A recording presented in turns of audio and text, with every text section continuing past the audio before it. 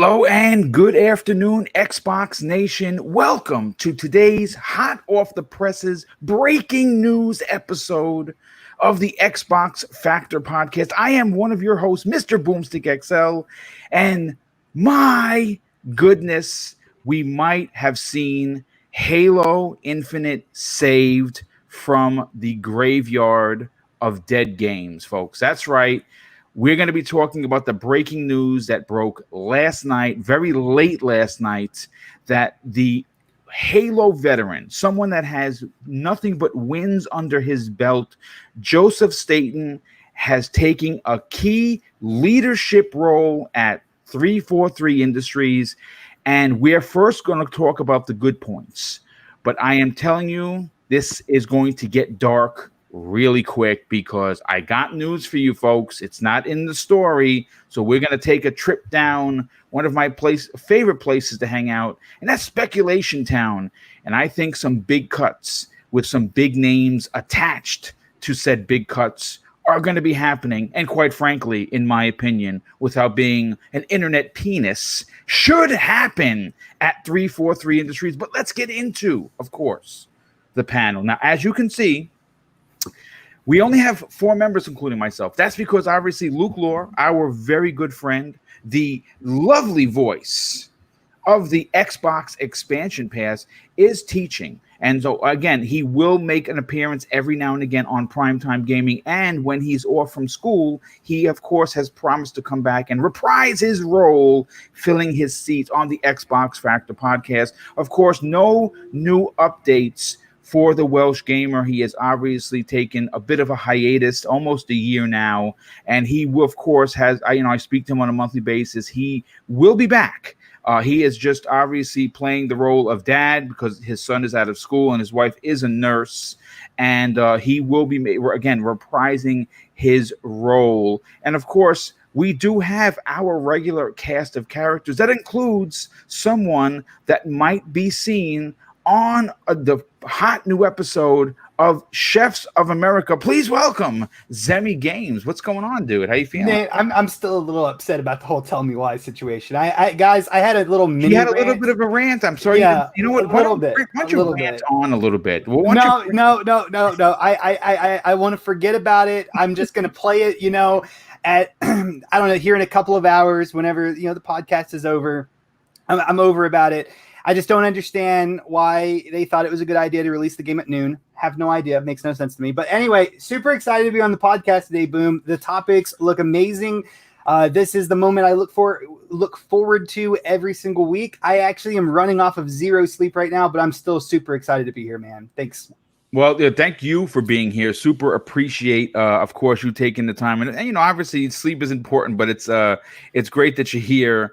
And listen, let's continue on with the introductions. Next up, on loan, or should I say on rental, because my checkbook is getting closer to zero balance because he's on so many shows. And PlayStation Nation, like we know that they're not cheap, right? They are expensive, and they expect their 50 cents per show sent to them on a prompt basis. Please welcome the voice of the trophy room, which now has its own official PlayStation 5, thanks to the talented Xbox Pope, Mr. Badbit. What's up, dude? Honestly, I think that's the best limited edition console I've ever seen. You know what? I may have to agree with you. I think that it is quite eye-catching. Oh, God, it's beautiful. And that controller, my goodness, this console could step on my chest. Hey, everybody, what's going on? Yeah, the last 24 hours, man, have been a journey to say the least. I am happy, though, today to not talk about PlayStation, which, by the way, Boom, you can pre-register. I've done it. To pay the delegation in advance. Very good to know. They haven't told you the price, but they'll pre-register is going to start eventually. So anyway, I'm happy to be here, man. I'm here to talk Halo today. Yeah, and there's a lot to talk about. There's a lot to get excited about, considering that 343 Industries up until yesterday around 8 p.m. Eastern Standard Time was a place completely on fire. And we'll get into why that is and why this big news is significantly not only one of the best PR moves Microsoft could have personally done, but from a development point of view, bringing in someone of Joseph Staten's talents to a title that has clearly been off the rails for quite a bit is super important. And again, can one man make a difference? Well, that's a question we're going to ask in a few, but let's continue, of course, with the newest member to the Xbox Factor podcast. He is someone that has worn multiple hats within the gaming industry, both in development and, of course, in retail. His opinion has sparked tremendous debate and good vibes from this community. VJ, I want to tell you, I've gotten quite a few DMs saying that you are a fantastic addition to this program. And I want to say that I not only agree, but I want to thank you for taking the time to be here. Welcome to the show. Boom, I've got all the time in the world for you. Well, that's very kind of you. Listen, dude, you've been knocking it out of the park. And like I said, someone might consider me someone that knows talent when he sees it. First of all, when I got a chance to work with Zemi the first time, his promptness is something that immediately jumped off the plate, but his passion for things like Harry Potter and some of the other games that he enjoys that are not horror, like, for instance, Martha is Dead, the horror game that is coming. Well, that was coming to the PS5, but now is coming to the Series X as an exclusive, which of course he will not play. But and obviously you got a chance to work with Joe and, trying to assist with, pushing his channel past 5,000 subs. Of course, Luke Lore is another up and coming talent that just oozes personality, and of course you bringing your technical knowledge to the table has been really good for the Xbox Factor podcast. So you know what, without further ado, let's let me just say a big thank you to a couple of the super chats that have come in. First of all, Jesse Darby dropped a $5 super chat even before the show went live. So Jesse, I want to thank you not only for your outstanding generosity of $5, but the fact that you were here early and that you were hanging out. Hopefully you're still in here. He says, good morning, Boom. We also have another super chat that came in from DJ Birdo DOS for $2. Thank you for your generosity, my brother. He says, I can only be here for the first hour. Let's get it. Well, you're gonna get fireworks, my brother. And a good friend and very generous friend of the show, Eagles fan 76, shows his generosity once again with a $5 super chat and says 343 needs new caretakers for Halo. When you have to bring people back to help run the game, that tells me you don't have the right people in charge. Well, wait till you hear what Mr. Boomstick XL has to say about the current staff members at 343. You might be slightly surprised, potentially even fall out of your chair. So let's go. In what I am calling the biggest blockbuster move for at least Microsoft in the second half of 2020, they have officially announced that Halo veteran Joseph Staten is here to get Halo Infinite back on track. And this is coming from a very reputable site. Now, everyone is running with it, but it originally was reported upon at Bloomberg News. And of course, this was written by Diana Bass, as well as Jason Schreier, obviously formerly of Kotaku, who now works at Bloomberg News. And the Halo icon is making his return. And get this, folks, this is where you're going to get into a bit of the weeds and spill some tea live on the air. He is here as part of a wider reorganization to steer the game back onto the right path. Now, the first thing I'm going to say that I got from this story was that Halo is, and will potentially always be the face of the Xbox platform. Now, this move solidifies it, in my opinion, with all of the negative outcry from the fans, including myself, and I have been quite tainted, if you will, in my assessment of 343 and Microsoft, for that matter, on how they handled what I think was the biggest blunder in the company's history. I mean, folks, listen, if you're here for me to sugarcoat this shit for you, you turned into the wrong show, because I am here to tell it like it is. And before I get into the story, I really want to press this button. You tune into this program for a couple of things that are important to me as a person, but more importantly as a content creator. First and foremost is integrity. Okay? You want me to tell you the truth. You don't want me to lie to you and try and cover things up, because if that's the case, then I'm just an IGN or a Kotaku or a GameSpot, and I'm none of those. Okay? I will cheer Microsoft to the high heavens and lie in a puddle. So Phil Dominus Maximus, soon to be Aurelius Spencer, don't dirty his pretty kids. But when they make a mistake, and it is a mistake the size of a Halo Infinite mistake, if you do not address this, then you are a part of the problem. Okay? Again, cheer when they win, boo when they don't. That's life. That's sports. That's pizza. Throw anything in there. Your meatball sandwich. It sucked today. Well, tell the chef that it sucked. Because if you don't tell him it sucked, tomorrow when you go get your meatball sandwich, it's going to suck again. Unless I'm the chef, then don't say that to me, because then I might cry. Well, listen, Zami, but see, that's the thing. You're not making a bad meatball sandwich. Well, I could depend on that. Well, see, that's why I would cry. But listen, let's get back to the story at hand here. Now, Joseph Staten, who is, of course, just being taken off of Tell Me Why. And that game, like poor Zemi, was expecting to play at midnight last night, and was told promptly that he couldn't play it until after 12 p.m. Eastern Standard Time today. He was a bit miffed, and for good reason. It's a game that he's looking forward to. It's a game that I believe is going to score in the very high 80s, potentially low 90s. Donut is what I like to believe the new and better version of Telltale, right? Like they know how to tell a story. They know how to incorporate graphics and control with their products. And this is obviously an exclusive to Microsoft. It's obviously in Game Pass day and date of its release.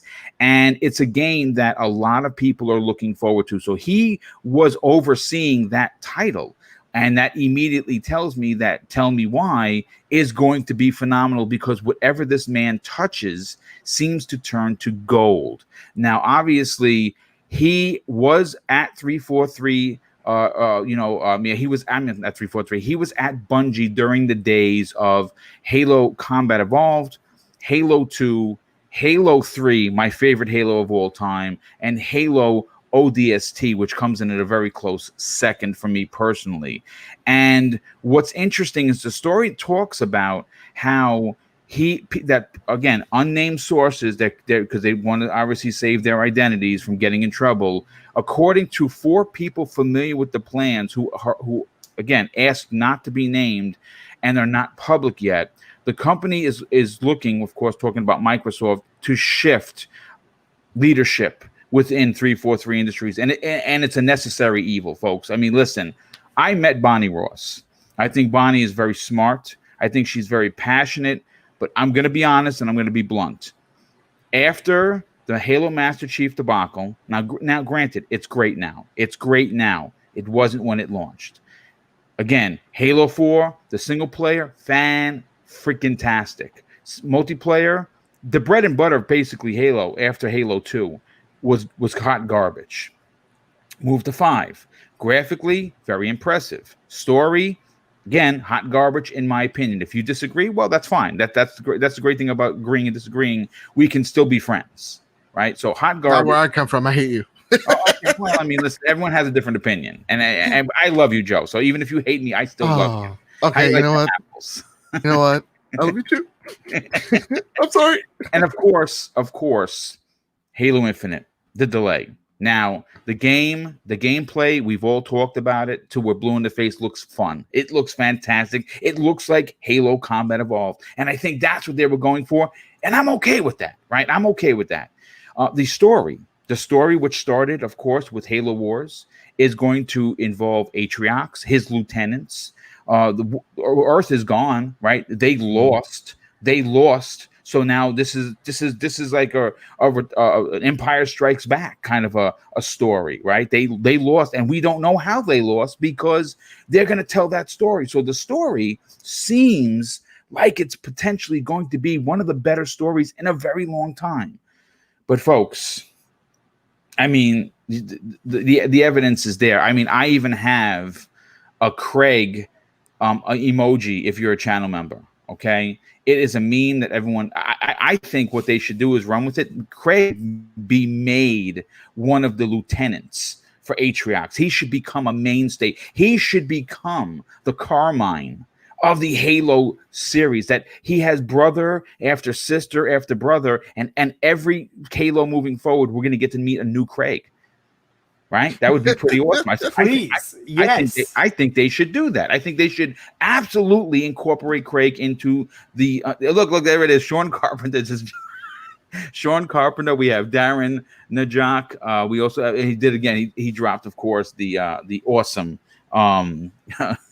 Craig. Oh my God. So listen, anyway, let's get back to the story at hand. Let's get back to the seriousness of this particular move. Listen, Zemi, I have to go to you first on this because I stayed up past midnight. I wrote this topic because obviously Joe was nice enough to drop it into the DM. I think it was like 8 or 9 o'clock. It came in, and I started reading it. I talked to Lord Cognito. We were talking about an hour last night, and this was a move that I think, again, public relation wise, needed to be done. We needed to stabilize the plane to get to do the right things to get this game back to where it needs to be. It needs to look like a next gen title, okay? And if you listen to RDX, and I think everybody here probably does, they Dealer and those guys talked about how there are so many games that are currently much better looking and semi-open world like Halo is going to look, that have there's a reason why this game failed before it started, and that is at the leadership role. In your opinion, bringing in Joseph Staten, is that potentially the saving grace for the face of the Xbox brand? Well, let's just be honest. At this point, it can't do any more harm, right? Yeah. No, at the beginning of this, you actually said a statement that really kind of stood out to me. You know, can one man save Halo? And I think a lot of that kind of comes down to, you know, the resources that this one man is given, because we don't know a lot of the going ons really still at 343 or just at, Microsoft's marketing team. We don't know what was said to Bonnie Ross or what was said to this person or that person. We don't really know 100% where, the blame should really fall. Right. We can gather, we can speculate, but we don't 110% know. We're not flies on the wall. So I think, ultimately, can one man, Joseph Staten, can he save Halo? I think a lot of that comes down to the resources that he's given and how much faith is put into him. But I will also say this, for a very, very long time, even, probably about a year ago, whenever I was going through the Master Chief Collection, playing through Halo 1, playing through Halo 2, Halo 3, once I got past, Reach wasn't there. So once I got past ODST, I moved on to 4, and I thought to myself, man, I wish Bungie was still making Halo. And we, of course, can't have Bungie making Halo, but having Joseph Staten might be just the next best thing. Yeah. Because he is a huge person of, what made Halo Halo. He wrote a novel, the 4th novel, I believe, in the Halo book series. And so he knows his lore. He, was, I think, the cinematic director or the director of cinematics or whatever. He definitely knows his stuff. He's a smart guy. He obviously cares about the Halo franchise and is very knowledgeable on the Halo franchise. So I think it makes a lot of sense to get him. Microsoft, already has him working for him, I believe, right? So just having him transfer over to 343, I think makes a lot of sense. Because let's just be honest, 343 has not really done anything that has really super impressed its fans so far. Like you were saying, leading up into this. Yes. Master Chief Collection, a tragedy, right? Yes, they fixed it, but you know what? How long did it stand broken? Way too long. Yes. Exactly. And furthermore, you know, just because you fixed a title doesn't excuse you screwing it up in the first place, right? And then, you know, there's Halo 4. You know, the storyline was really, really good. Multiplayer sucked. Opposite with Halo 5. I know Joe disagrees, but I agree with you. You know, the storyline, there were certain things in the story of Halo 5 that were really, really good that I really, really enjoyed, mostly whenever I was playing as Master Chief. But, you know, When was that? It wasn't often, I'll tell you that. The opening was really good. You know, on the spaceship with Blue Team, that was awesome. That almost made me cry. Like whenever I saw Chief and Kelly and Fred and all of them, like I was like, oh god, Master Chief's back with his buddies. Oh, this is so great. And then we transitioned to hunting my main man, John 117, and then it just went downhill from there. But yeah, I think 343 has a lot of issues. I really, really hope that this move fixes or corrects, you know, a lot of those issues, and we get Halo back on the stage where it needs to be and bring Halo back, and we all enjoy Infinite in 2021. Yeah, no, I mean, that's a great point. Listen, but Joe, before I get to you, brother, I got to catch up on some of the super chats. First of all, one came in and nearly made me fall out of my chair. First of all, D Duplicant drops an outstanding $2 super sticker and says, hey, you. And I say, hey, you, welcome to the show, brother. Thank you so much for your generosity. But more importantly, thanks so much for being here. And of course, a very overly generous to the point where it could potentially make me cry live on the air. Master Clowns X3 drops an outrageous $50 super chat and says, making a difference out here, Mr. Boom. Keep at it. Excellent panel. Will do. Thank you for being here. Thank you for the kind words. But of course, thank you for the outstanding and very generous $50 super chat. We have Eagles fan who drops another outstanding $5 super chat and says this: all I really care is this game is done right. Story and graphics are on point. If Joseph gets it right, would you make him an offer to run 343? Well, Eagles fan, get ready for what I think is happening, okay? Because you're going to be quite shocked. Sean Murray, who was here early, thanks, Sean, for being here. And thank you for your outstanding $5 hoop chat. And he says, at Double Barrel Gaming, are we talking about the greed of Activision as well in today's topics? You know what? It actually wasn't one of the main topics, but we can kind of touch on that for a hot second, because that is it. Again, it's so typical, folks. It just harkens back to why, and again, we're not going to get into it, why in my heart of hearts we need Microsoft to get by WB, right? And I say that not from a selfish Xbox fan's point of view. I say it from a consumer's point of view. You do not want these franchises that we know and love falling into the hands of 2K, Activision, or EA. They're all scumbags. There are the atypical corporations that care nothing about their fans, and all they care about is the money. We saw 2K do it. They're charging $100 for the both versions, so you can get so you can get the free, quote unquote, free version. Same thing with Activision. Now, of course, $10 to get the upgrade version isn't bad per se. I still think that they should do it for free, like Avengers is doing it, like Assassin's Creed Valhalla is doing it, like Far Cry 6 is doing it, like Cyberpunk 2077 is doing it, but they are making a profit off of it, and people are going to line up to get it. It's unfortunate, but we will hopefully try to get to that. But listen, the one thing I want to say, Mr. Bedbit, as we close in on 300 people already here in the live chat, which is amazing.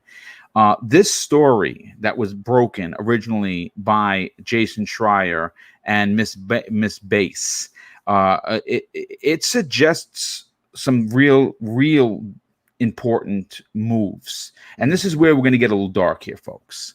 Obviously, it talks about Joseph Staten taking a key position within 343. Now, it doesn't say he is now the head of 343.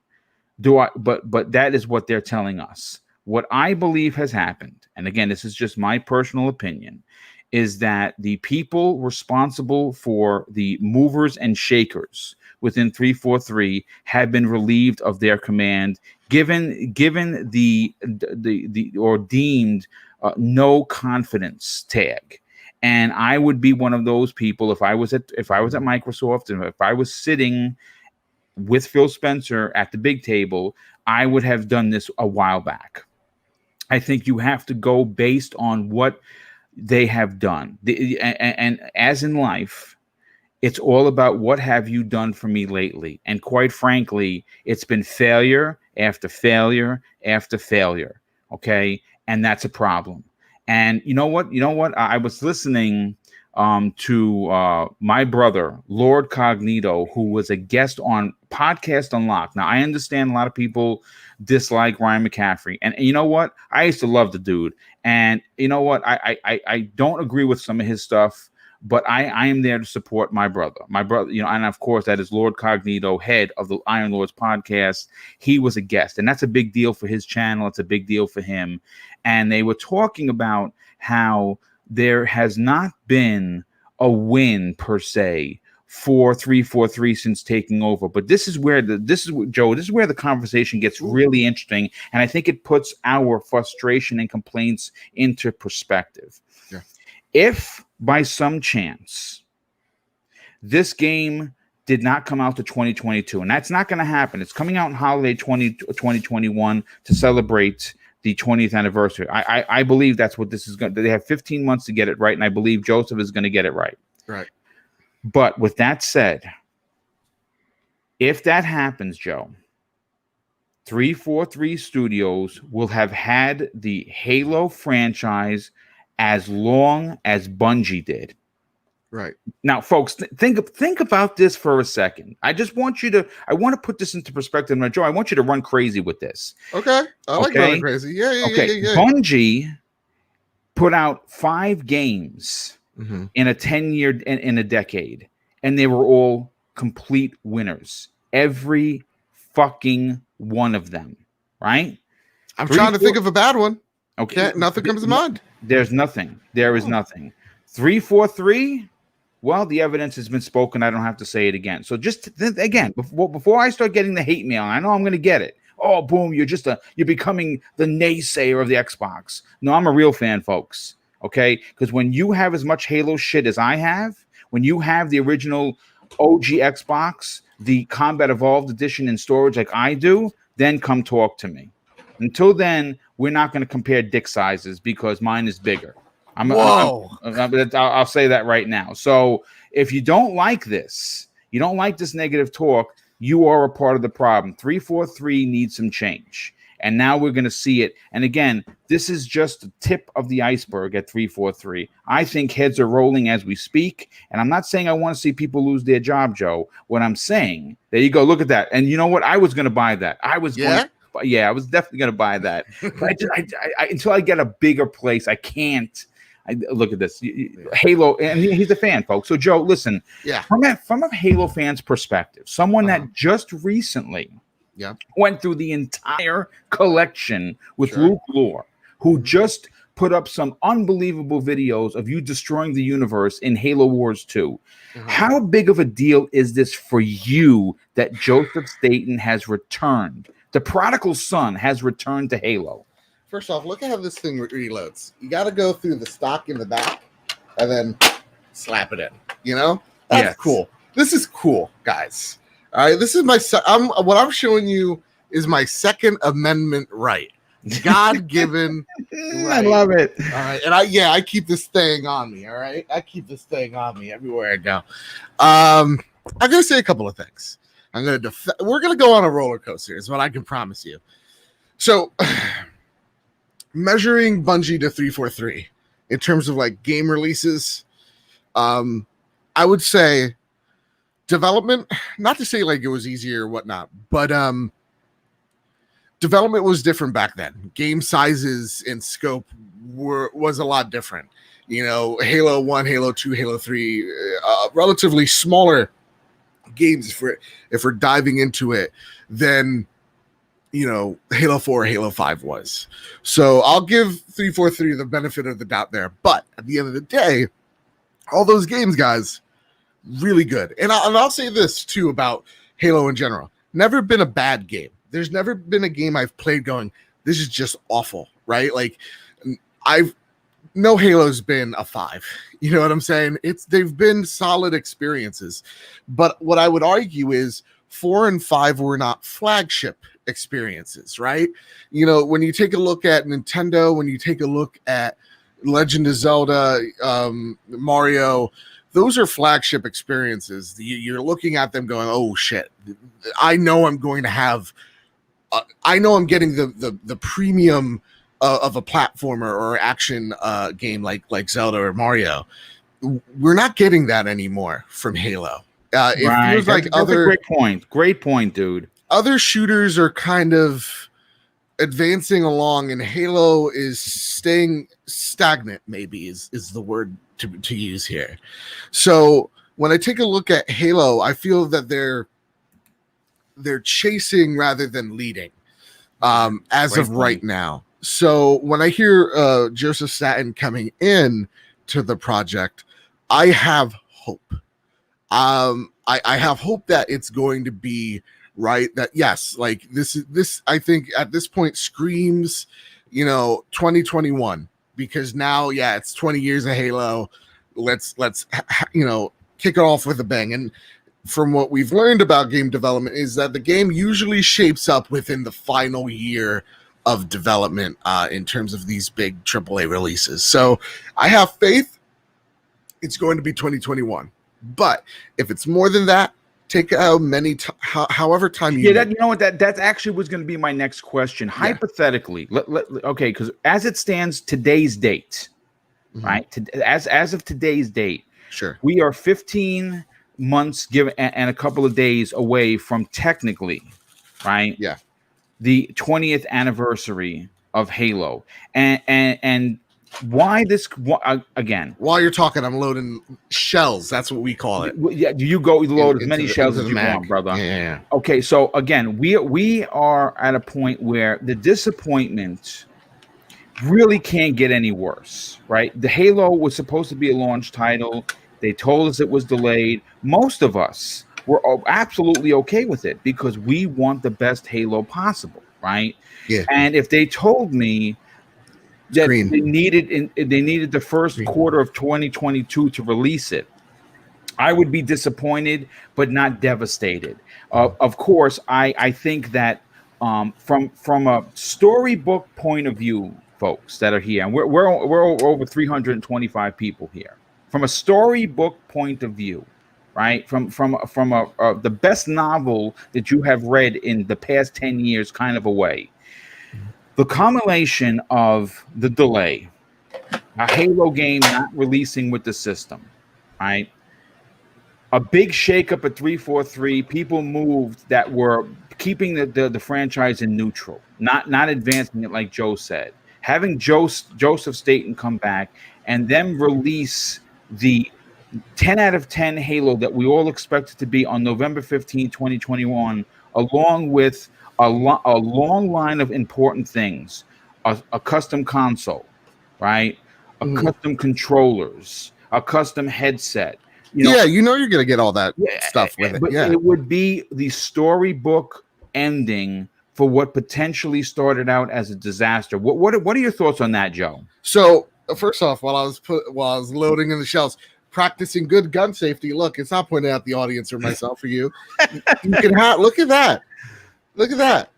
The little bolt that you cock back. You need to shoot Nathan Drake off that shot. No, we don't want to shoot Nathan. No, we don't shoot something. I want to see you shoot it.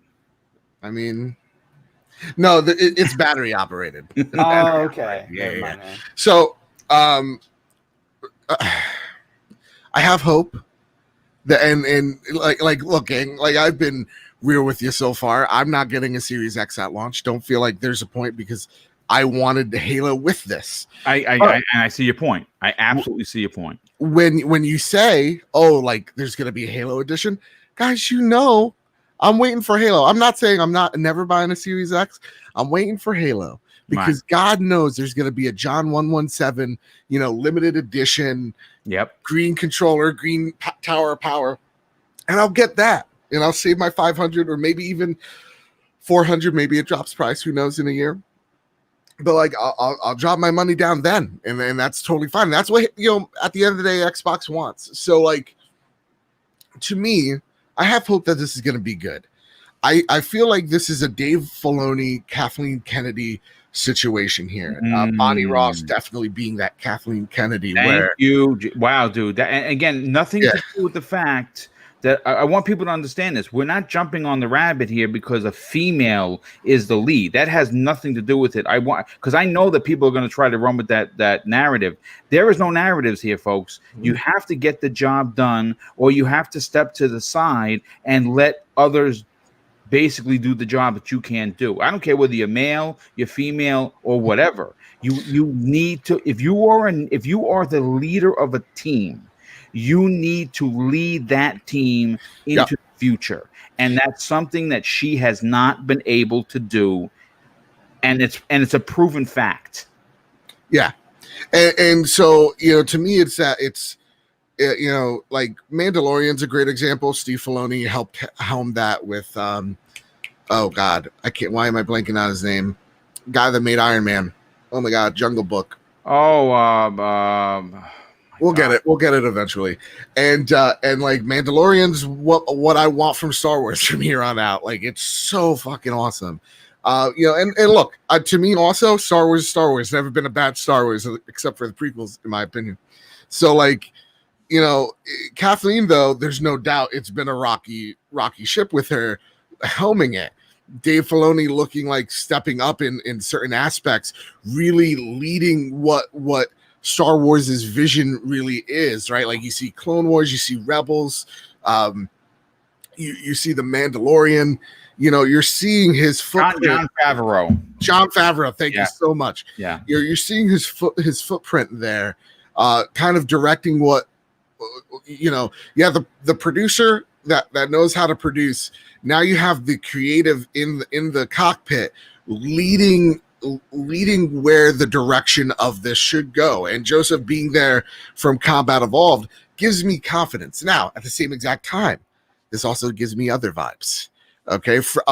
Fernando Mello, the second creative producer, if I got this right, because I pulled it up as we were talking, the creative director that was on Dragon Age, that was on Anthem a year before that game came out, he took control of it, tried to right the ship, wasn't able to, right? We saw that with Casey Hudson leaving the project, coming back to the project, and we all saw where Anthem could go. So this could go in very two different, diverging paths here. It could be Joseph comes in, is the Cinderella story, everything's fine, or it could be an Anthem-esque situation where, he tries to right the ship, but the skeleton's already there, and it is what it is, and they have to put this game out because they've put over half a billion dollars into this game, and they gotta start seeing a return on it.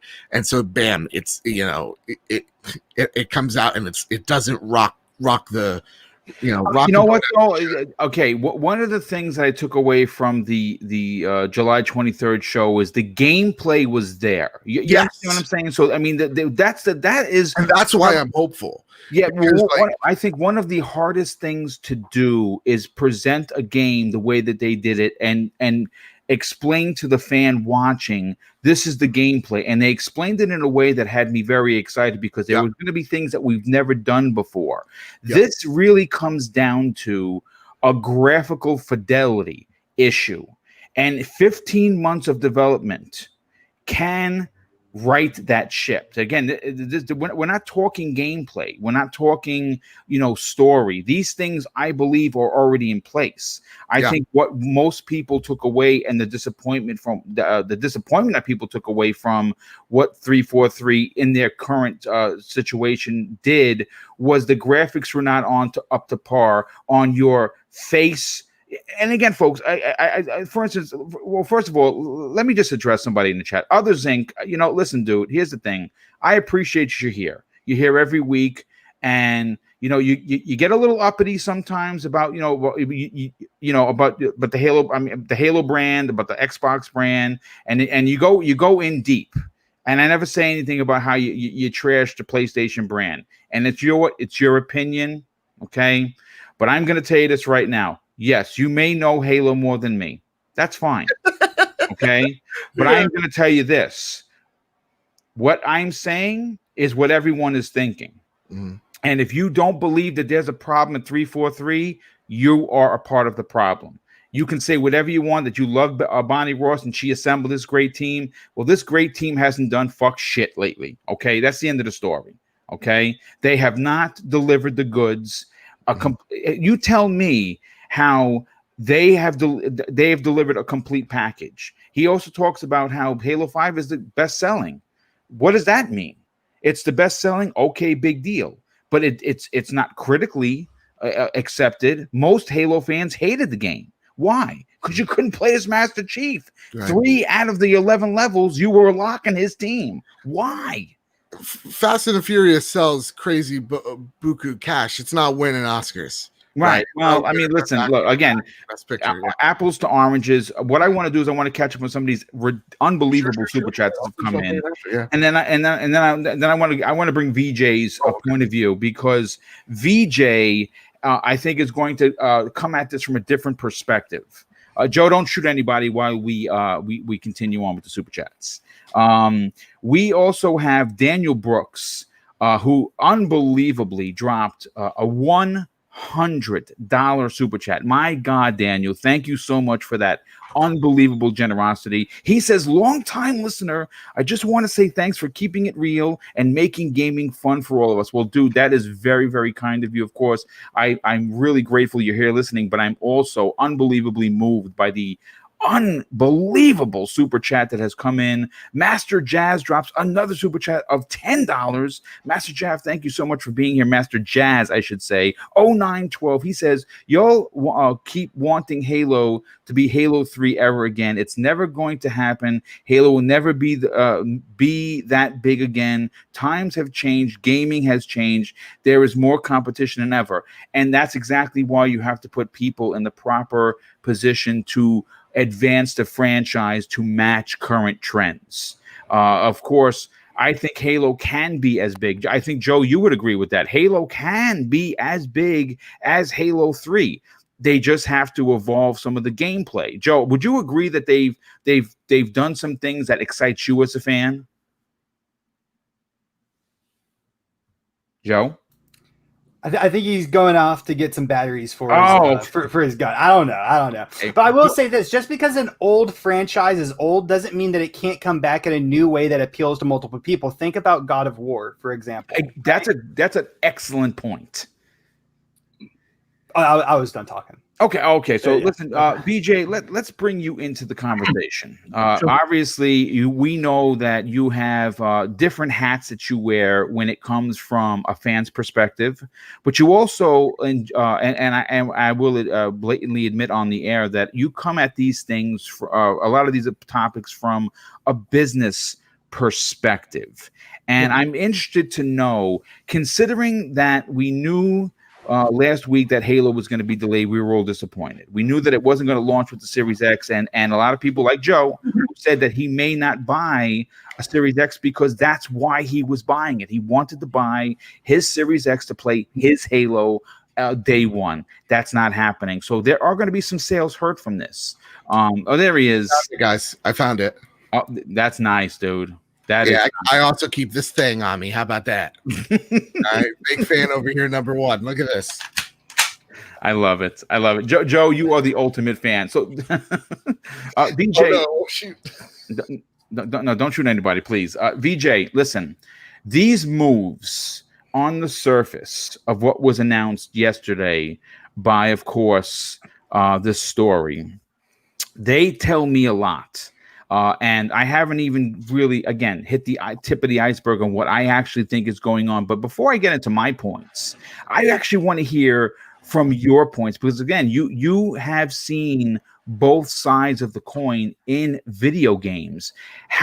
For you, how big of a deal is bringing back someone that was with Bungie and that is responsible for 5 of the first 5 Halo games being tremendously popular and, quite frankly, some of the best in the series. Yeah, I can see everybody's blood pressure is pretty raised at the moment, so I'm going to come at this a different angle, and maybe hopefully just maybe possibly from a subdued angle a little bit. Sorry for my voice, Boom. First of all, I think what we need to do is continually sort of respect and acknowledge that making a big video game, or perhaps any size video game for that matter, is not an easy task, right? Particularly since developers, well, a lot of developers have been working in a less than ideal condition during this pandemic. All studios have their pros and cons to them, and even the celebrated studios that I'm aware of, and people that work there have ended up working, in really punishing development processes, especially towards the end of the game, regardless of what we might hear in the press or through rumors. Sorry, Mr. Badbit. The gun's kind of like throwing me off a little bit. Oh, sorry. Yeah, I'm trying to uncock it. I'm just worried I might say something wrong and you shoot me. Yeah, so there's from a publisher's point of view, and I know Microsoft is not just a publisher, it's a hardware manufacturer. There's no shame or problem with delaying or changing course if, as a publisher, you don't see a return on investment based on what you see in front of you. Now, I don't want to go into it heavily because over the past few weeks on this very channel, we've discussed, I would say relentlessly, but logically, as to what Xbox and 343 need to do in order to move Halo forward. And what I would say, as a positive, it's good to see that some of our thoughts, and from the panel and even from the chat, to be honest with you, are panning out somewhat, right? So they are listening. And just to summarize, Xbox needed key people. We've talked about this, of a creative, production-led nature to spearhead Halo, who in turn know how to communicate and report to Phil and his team, because I think that's been the fundamental problem within that studio. Whether it's for a hand-holding period until the game's back on track, or up until its release or beyond, I don't know, because I'm not familiar with this gent. But what I will say, those types of people are those creative, production-led people. Good ones are few and far between. So I hope Joseph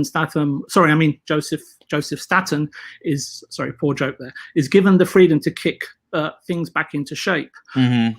Even if that means, and this might be controversial, even if that means Joseph ends up contradicting or tracking back on the recent 343 community manager's tweet, I think it was yesterday. I'm saying all of this because I think that this guy has been brought on fundamentally because Phil values his opinion. And what I will hope is that it leads to something in the region of an awesome outcome that we all want. I'm saying that this is all, for me, it's a positive step, but I don't want to be too hard on 343 because I think I've been pretty hard on them in the last couple of shows. So yeah, sorry, it's a bit of a subdued response, but I think that's my current sort of outlook on it. No, and I think it's the right outlook, man. Like, if I could be honest, like, I come out going like, listen, we've seen people come in, into these positions and the game still doesn't end up living to expectations, right? So like, so that sucks, but knowing who's in the commander's chair at this point in time, knowing that, yeah, like theoretically they got 12 to 15 months, even maybe 16, depending we make it that long, the game's gonna be fine. If we know someone who has that vision, knows what Halo is in that role, we're gonna be a-okay, everyone. And to go back on like the Halo 5 sold the most, also the gaming industry has grown significantly. So I would hope and I would pray to God that Halo 5 outsold a game like Halo 3 that was made like 6-7 years prior. So I would hope that maybe a fake fan would realize that. But to me, I think that 343 has definitely those challenges, those hurdles to overcome, but we all want them to succeed. Right. Nobody. Listen, I got to be honest with you. Again, I know there's been some debate in the chat, folks. Listen, if you don't know, and I'd be very surprised if you don't, I support all multiple consoles, all the main consoles. I have 60 plus games. PlayStation, I have over 300. I have over 1,000 for the Xbox. I have over 60 for the Switch. I support PlayStation VR. I support Oculus. I have the new Oculus. There is not a platform I don't support, and nobody is going to sit on this panel and say we want to see 343 fails. But let's bring it back a bit, Joe and panel. Okay, this is the same 343 that in a 2019 year calendar year saw multiple lead producers leave, and everyone's like, well, that happens. Boom, they're moving on to bigger, better things. No. No one leaves Halo because they found something else bigger. Okay, Mary Olsen left right after Tim Longo. Folks, the smoke was there. Okay, and maybe I didn't make a big deal of it back then, and I was maybe a little bit more subdued. But they'll be okay. It's $500 million investment. It's the slip space engine, and it's Microsoft, the muscle, the money. They have everything. And maybe I should have made a bigger stink. Maybe we should have made a bigger stink back then. Maybe they wouldn't be in the position they're in now. And again, I'm not going to say I know anything about making games, but listen. I don't know how many more times I have to say this. It's fucking Halo. Okay? It is the face of the Xbox platform. Yeah. If there's one goddamn game you got to get right, it's this one. It's Halo. Yeah. Okay? That is the end of the story. You can unsubscribe to me and tell me to go fuck myself. That's fine. But I am telling you, from a fan's point of view, this is unacceptable on every level possible. And why this is important, why we're talking about it so passionately, is because we want 343, we want Microsoft, we want the Series X, and we want Halo to win. That's what we want. We all want an unbelievable 9.6. Yeah, this cheerleading, hurrah, hurrah, hurrah, I'll prove myself that I'm the biggest fan. I'll die on the cross for you bullshit nonsense that we see like people like Others Inc. throw isn't going to make the game better. Is it like we as gamers, look at when we see something that we don't like, we'll outwardly say it. When we see something that or smell something, smoke, we'll say it. There's smoke right here. Like, you're right. 2 creative directors in 1 fucking year does not magically just happen. No one leaves like that. And 2 of them in 1 year, and we're going to pretend that that's actually fucking normal once whatsoever? Absolutely not. That's absolutely no. That is the crunch time. And here's the reality of it. As we're talking about this, as Others Inc. tries to prove that I'm not a fan or something, I don't know what he's saying anymore. The fact of the matter is, these people, hundreds that are working at 343, are still crunching. Like Jason Schreier said, it doesn't mean that they're still not working 12, 16-hour shifts to make sure that this game is going to be the best thing that they can make. Yeah. But we can also sit here and be critical of some of the decisions 343, Microsoft, Phil Spencer have said, made promises to, alluded to, that didn't come to fruition. That's just normal. Right? We want Microsoft to be the best company they can be. We got a demand for better, and we're seeing that from them. This would not have happened if they weren't concerned about the direction of where Halo was going right now. Yeah. And they knew they needed the course correct. This is good. Again, this is why I say I am hopeful. I don't think it's going to be an Anthem situation. I pray to God it won't be. Don't think so. But there is, listen, gang, there's a real possibility it could be. And there's a better possibility that this game's going to be fantastic. But guess what? Halo right now, in its current state, even with Infinite being what is a shit show at this very moment, that should just be Aretha Franklin about it. It's not in a good state. Look at how well Halo's doing on the PC right now. It's doing really well. The Master Chief Collection, Reach, all that, it's doing gangbusters, and it's getting people excited for Halo again. So we have hope that 343 can make that game. We've seen it, right? I was high on it. Boom. Everybody here was high on the gameplay mechanics. But then let's also not ignore the fact that, yes, for the world's most powerful fucking console that you are putting out, we are seeing popping like crazy. We are seeing very low textures. And yes, we're seeing Craig the Brute. When you're having devs who have no affiliation with Microsoft or Xbox or PlayStation or anybody go, oh boy, this does not look good whatsoever, there's a problem. You could be as big a fucking fan as you think you want to be, but when people that actually know what they're talking about go, oh boy, this needs help, then it needs help, and it needs to be course corrected. And that's what we're seeing today, right here, right now, with Joseph's announcement. And listen, at the end of the day, maybe I'm a bit of a fanboy because us Joes need to stick together, and we're very passionate about supporting other Joes. Yeah, well, I mean, listen, I'll say this. I'll say this. In closing, this is great news. This is promising news. This is exciting news. This news tells me that the current situation, the current staff, the current ideology, the current vibe at 343 is needed a change.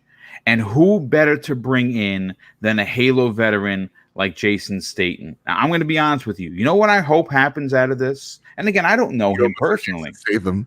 I did. Wow. Alan came in to fix things, you know. Yeah, thank you for that. It's not Joseph Staten. Over in a weekend, he'd beat the shit out of everybody. It's actually Joseph Staten. But what I'm hoping happens is he becomes the head of that studio.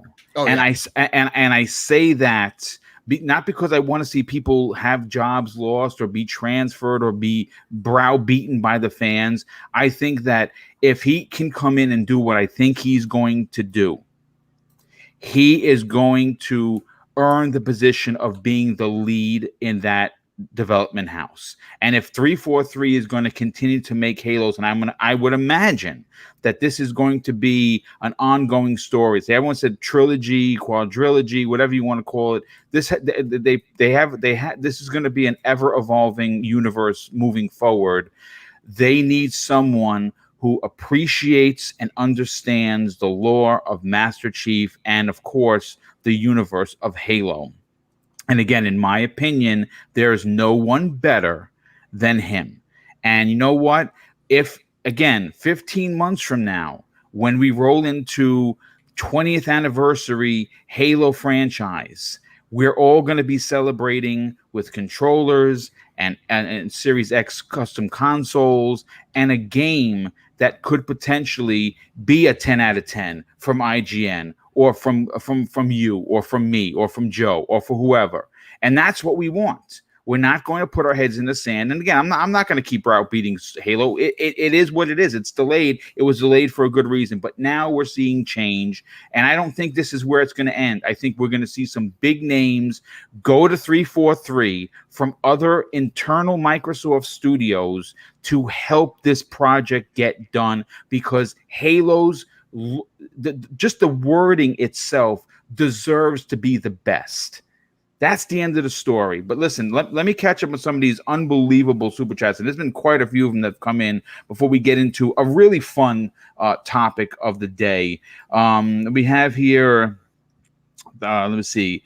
We have Artemis. Well, no, it's not 1231. It's when he actually dropped it. Artemis, he drops an outstanding, very generous $5 super chat and says, this is like comparing 3 different Star Wars trilogies. Nothing will ever be better than the first one. You know what? I hear what you're saying, and I'm not suggesting that it needs to be better than Halo Combat Evolved, Halo 2, Halo 3, Halo ODST, or Reach. What I'm saying is, and I think we all expect it, is for the franchise to be moved forward. Okay, it may not be. Someone may say Halo Infinite, 10 out of 10. But you know what? My favorite is Halo Combat Evolved. That's fine. Yeah. But you have to advance the franchise. You can't take 2 steps forward and 19 steps back and be like, okay, fans, suck it. This is all we got for you. I'm sorry, man. I'm not going to accept that. And I think if you are accepting that, again, you are a part of the problem. Also, Rogue One was the best Star Wars. At me, well, guys. I mean, care. listen. Okay. Again, we could debate Vader that. hallway scene. Is there anything better? I mean, don't listen. think so. It is what it is. But let me continue, of course, with the super chats. We have a very good and generous friend of the show, Philly Eagle, drops an outstanding $5 super chat. Says, a very different angle. Halo is not the powerhouse it used to be. We might think so, but millennials don't. And that's actually quite true there, Philly. He says Halo is not the king anymore, just a thought. You know what? You might be onto something, but who's to say the king can't return? That's what I'm saying. I think you're right. I think that the millennials, the younger generation, don't really have an affection for Master Chief like we do. All Master Chief needs to do is floss, and then he's done. And he's back. Listen, please don't make Master Chief floss. Don't do that. That would be wrong on a lot of different levels. 2016 though, it can modernize and get people on board of that franchise. You know, I don't know, but anyway, a good friend of the show and a very generous friend of the show, Pixel Bit G, drops a very generous $10 super chat and says, "I am a lifetime Halo fan.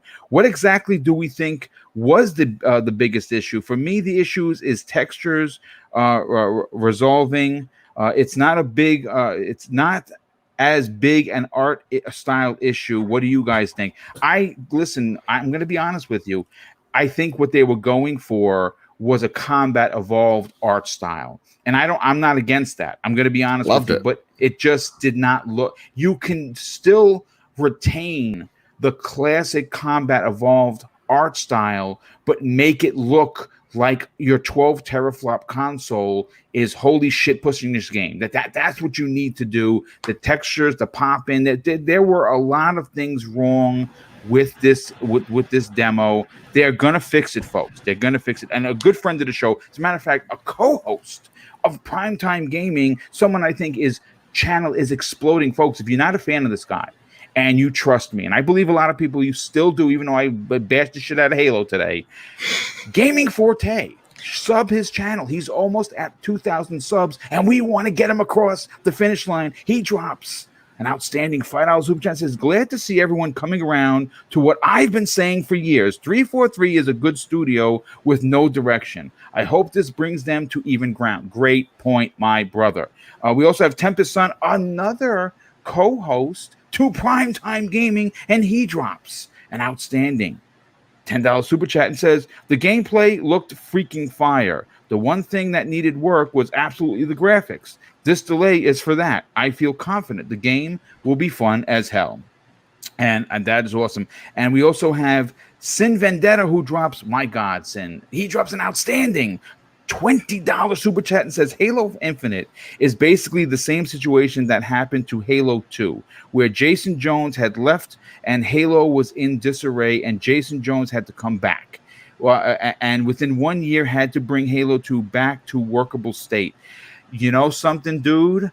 I absolutely, completely forgot about that. You know what? Listen, like I said, I think that I think Joseph is going to really do the fans what the fan service that we're looking for. He's going to deliver. Now, there is another key position that they're looking to fill, and I don't know who that is because it didn't have it in the story. We will update that as we go along as to who comes in. I believe that they're talking about bringing other key developers from some of their other studios. You might get somebody in there from the Initiative. You may get something in there from the Coalition. You may get a few other people in there. It's going to be very interesting. But you know what I love about all these moves, panel, and of course the near 350 people here, is that this has officially become an all hands on deck kind of a situation. Yeah. You know, and I'm showing off all my toys to the chat. Hey, listen, listen. I like the Diva pistol. Time. Yeah. That actually is kind of cool. Not bad. Yeah. Listen, folks, let's get into topic number 2. And this one, folks, this one is good. This one is good because this one's going to be talking about Game Pass. And we're going to be talking about a lot of stuff going on in Game Pass that a lot of people who are not Xbox fans or have been downplaying, but I have some stats here that are going to be very interesting. Now, obviously, in the last few years, the Xbox platform as a whole has been a little short on first-party games, but to their, to Phil's, great point of him taking over leadership in 2018, they made some tremendous investments, and obviously they have 15 plus studios, and I put an asterisk next to the 15 plus because I believe that there are more studios. They just haven't announced them yet. I think that they are trying to weather the Halo storm, and I think with today's or yesterday's news is going to give them breathing room, in my opinion, so we can get this September show. We can get to see what the Series S looks like, and potentially get some studio announcements. And I believe there are going to be quite a few of them personally. But the reason why I wanted to talk about this today is because of Xbox Game Pass specifically, and how many games the service is actually bringing in the last 30 days. Now, in under 30 days, we have seen Obsidian's Grounded, which did tremendously well on Steam, did tremendously well on Xbox. A lot of people are still enjoying it. I think an update went live today. The game is going to, once it officially launches, it's going to be a big deal. You also had Delala's Battletoads, which I gave an 8.5 out of 10. I just beat it yesterday. I got to go back in and start mopping up the achievements. I'm close to 700 out of the 1,000. I want to try. I don't know if I'm going to get to the 1,000, but I definitely want to try. It is one of, I laughed so much in that game out loud. Like literally, the writing is so good. The animation in the cutscenes are Cartoon Network like. If this was a series, I would watch it. And I'm actually hoping that Delilah Studios brings this game back in a sequel or adds some extra levels or something, because I really, really enjoy side-scrolling beat-em-ups. And this was a combination of everything that Battletoads was with a bunch of new, and I really enjoyed it. You also had, of course, the highly reviewed Microsoft Flight Simulator, which I believe is still sitting at a 93. Did you see there was a person that posted a plane in the middle of a hurricane? Because there's two going on right now because 2020. Right. Yeah, I thought it was like a plane in the hurricane. And it was like, a game. It was mind-blowing. See, again, in Xbox Game Pass. Now, of course, this week, and I don't want to upset poor Zemi, you have Tell Me Why, which released today. I just downloaded it, Zem. Get on it. Me too. It's already ready to go. As soon as the show is done, I'm starting to play it. You also have, though, and that was by Donut Entertainment, you also have Wasteland 3 by In Exile, which is it's right now at an 87 on Metacritic, which is pretty good. That's going into Game Pass. And of course, and Joe brought this to my attention, what we believe might be stealth dropped today is, of course, the Age of Empires 3 Definitive Edition. Now, I don't think that's coming to console. I think that's going straight to PC. But folks, in under 25 days, just about 25 days, every one of these games drop. Now, look, I'm just gonna say this right now. Okay, maybe it's not The Last of Us 2. Maybe it's not a Ghost of Tsushima. Maybe not every game is for every gamer, and I hear that. But you have to admit, this is a very stout and impressive list of games, and there's something here for everyone. Tell Me Why is going to be a very emotional story. Flight Simulator is for everyone that just loves Flight Simulator. In Exile's new game, which originally was much different than that was originally going to come out, and now they have all this extra money from Microsoft because they're a first party, and the game is doing really well. Battletoads, maybe it's not your thing. Maybe you know what's funny? I actually saw more people posting videos and talking positive about Battletoads than negatively on Twitter. And you know why? Because the game is freaking awesome, right? Yeah. So, I mean, again, Age of Empires, not my cup of tea per se, but Joe freaked out when he thought that it might get dropped today. And you know what? There are a lot of people that love that series. As a matter of fact, Tempest's son would probably quit his job to play that game. That's how much he loves it. And don't quit your job, brother. I mean, obviously we need the money. But, I mean, listen, it's a major selling point for Microsoft as a platform moving forward that these multiple 15 plus studios are constantly going to be cranking out content. Now, again, I don't care whether you put an A next to one game and 5 A's next to the other. It doesn't matter because every one of these games is going to bring somebody enjoyment. Maybe I'm over the moon because I'm an old bastard and I like side-scrolling beat 'em ups because it reminds me of when I was in the arcade with my brother playing Teenage Mutant Ninja Turtles or Simpsons Arcade or X-Men or even the Avengers, if you remember that. I mean, that's really going back a while, but I enjoyed these games. Very nice, very nice. And so, I mean, listen, let's get into the panel real quick. And I actually have two questions. And of course, Zemi, I'm going to start with you. The first one is this. The above listed games are all releasing in under a 30-day span, which says a lot for about what Xbox Game Pass is capable of doing. Mm-hmm. Are you impressed with the list of titles being released in under that 30-day period? And are you excited to play any of them? We, of course, know one of them for sure. But secondly, how confident are you that the service can be the de facto selling point for the Xbox platform should all of these big games start coming into it along with some of these smaller ones? Well, first off, let me just start with talking about Tell Me Why, which is a game I don't even want to talk about right now. But in all fairness, Badman, you said something like you're gonna download it or something, kind of calling me out in a way, right? Mm-hmm. I just want to say this. I already had it pre-installed on my Xbox and it wasn't working. And then I thought, you know what? Maybe this is just an Xbox console issue. So then I went and downloaded it for Game Pass for PC, and then that didn't work. So then I went on to Steam, and I was like a hair away from paying $30 because I thought maybe I could play it on Steam at 12 a.m. in the morning. Wow, that's dedication. So that's some dedication. Okay, I just wanted to say that is dedication, folks. Just so you know the tragedy that was my life early this morning. Okay, I just want everyone to know how strongly I feel about this, how painful it was for me all this morning.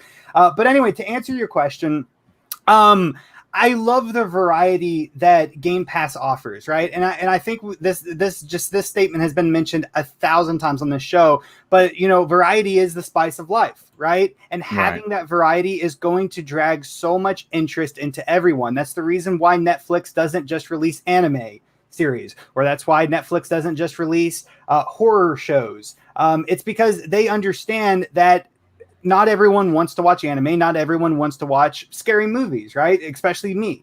And so they release other things included, with that, right? And so, Xbox, Game Pass, not every single game that has came out these last 30 days is appealing to me. And not every game is going to appeal to everyone. But there are certain titles that really, really appeal to me, like Tell Me Why, that I can't play, unfortunately, because they decided to release it at a stupid time. But we're not talking about that. We're talking about Game Pass overall. Okay, let's get back on track. Anyway, so I really like the variety. Now, am I impressed that they were able to release all of these within 30 days? Yeah. I mean, it's impressive that they released this amount of content in such a short time. But I don't think it should be the expectation that this is going to happen every month. Right? Every 30 days, we're going to get this number of, first party games on the Game Pass platform. I don't think that that's even, realistically an option of what's going to happen. But I am really, really excited to see the direction that Game Pass is going. I can't wait to see, how Avowed does on there, how Fable does whenever Halo finally releases. I can't wait to see all of those additional games come out to the platform and just the value proposition, whether you're playing on PC, whether you're playing on console, it doesn't matter. The value is there either way. So I'm really excited for Game Pass. I'm really excited to see how they continue that, because I think we're still in the baby stages of Game Pass, right? Mm-hmm. I think that we're going to continue to see it evolve even more and more as the years go on, adding even more value, adding even more games, and I can't wait to see the evolution of Game Pass, because I definitely think it is the future of gaming. because in the same way that I mean, don't get me wrong, there's a lot of people that go out and buy, you know, movies on disc, and there's a lot of people that still go out and rent movies and stuff like that. But in the way that Netflix has really put a hurt on that business, especially even cable television, I think we're going to see Game Pass kind of put that hurt, or that business model of Game Pass put that hurt on the, you know, on the traditional way of how we previously got our games. And I can't wait to see how that works out and how that evolves. Yeah, you know what I mean. What I really enjoy about Game Pass, besides its value, besides the sheer amount of games, is exactly what Zemi said. In the last couple of days, I've beaten new Super Lucky's Tale. Again, a lot of people, which is great, which is fantastic, right? I 100% at every world. I have almost all the achievements. I got to go back and then start mopping some stuff up. Loved every minute of it. Couldn't put it down. Stopped playing Battletoads, which I was almost at the end beating that game. So I beat that. I beat Battletoads. I'm at the end of Carry On. If you don't know what Carry On is, it is a Metrovania type game where you are the monster. You're the creature. And I highly recommend it. Again, a game I would highly give an 8.5, 9.0 out of 10. My only gripe is that there's no map like in traditional, Metrovanias, but you're the monster. You know what I'm saying? And you don't really get lost that much.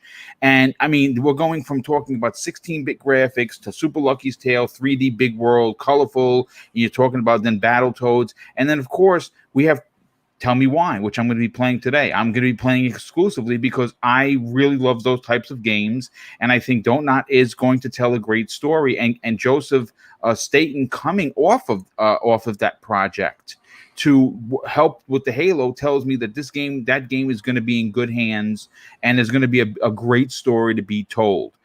You know what? Let me just catch up on some of the super chats. First of all, I missed one earlier. Victor Alistine, a good friend of the show, he drops an outstanding $5 super chat. Thanks, Zemi, for bailing me out. As always, he says, we need an efficient guy like Rod Ferguson, under which Coalition shipped 5 games this gen, all after Halo 5. This screw-up could cost even Phil. Well, you know what? To your point, Victor, I believe that they made the move that you're asking for, bringing in Joseph. I really believe that he is what 343 needed, simply because, well, not you, Joseph, but the other Joseph. Sorry, I'm so sorry. Nice, sad, bad bit.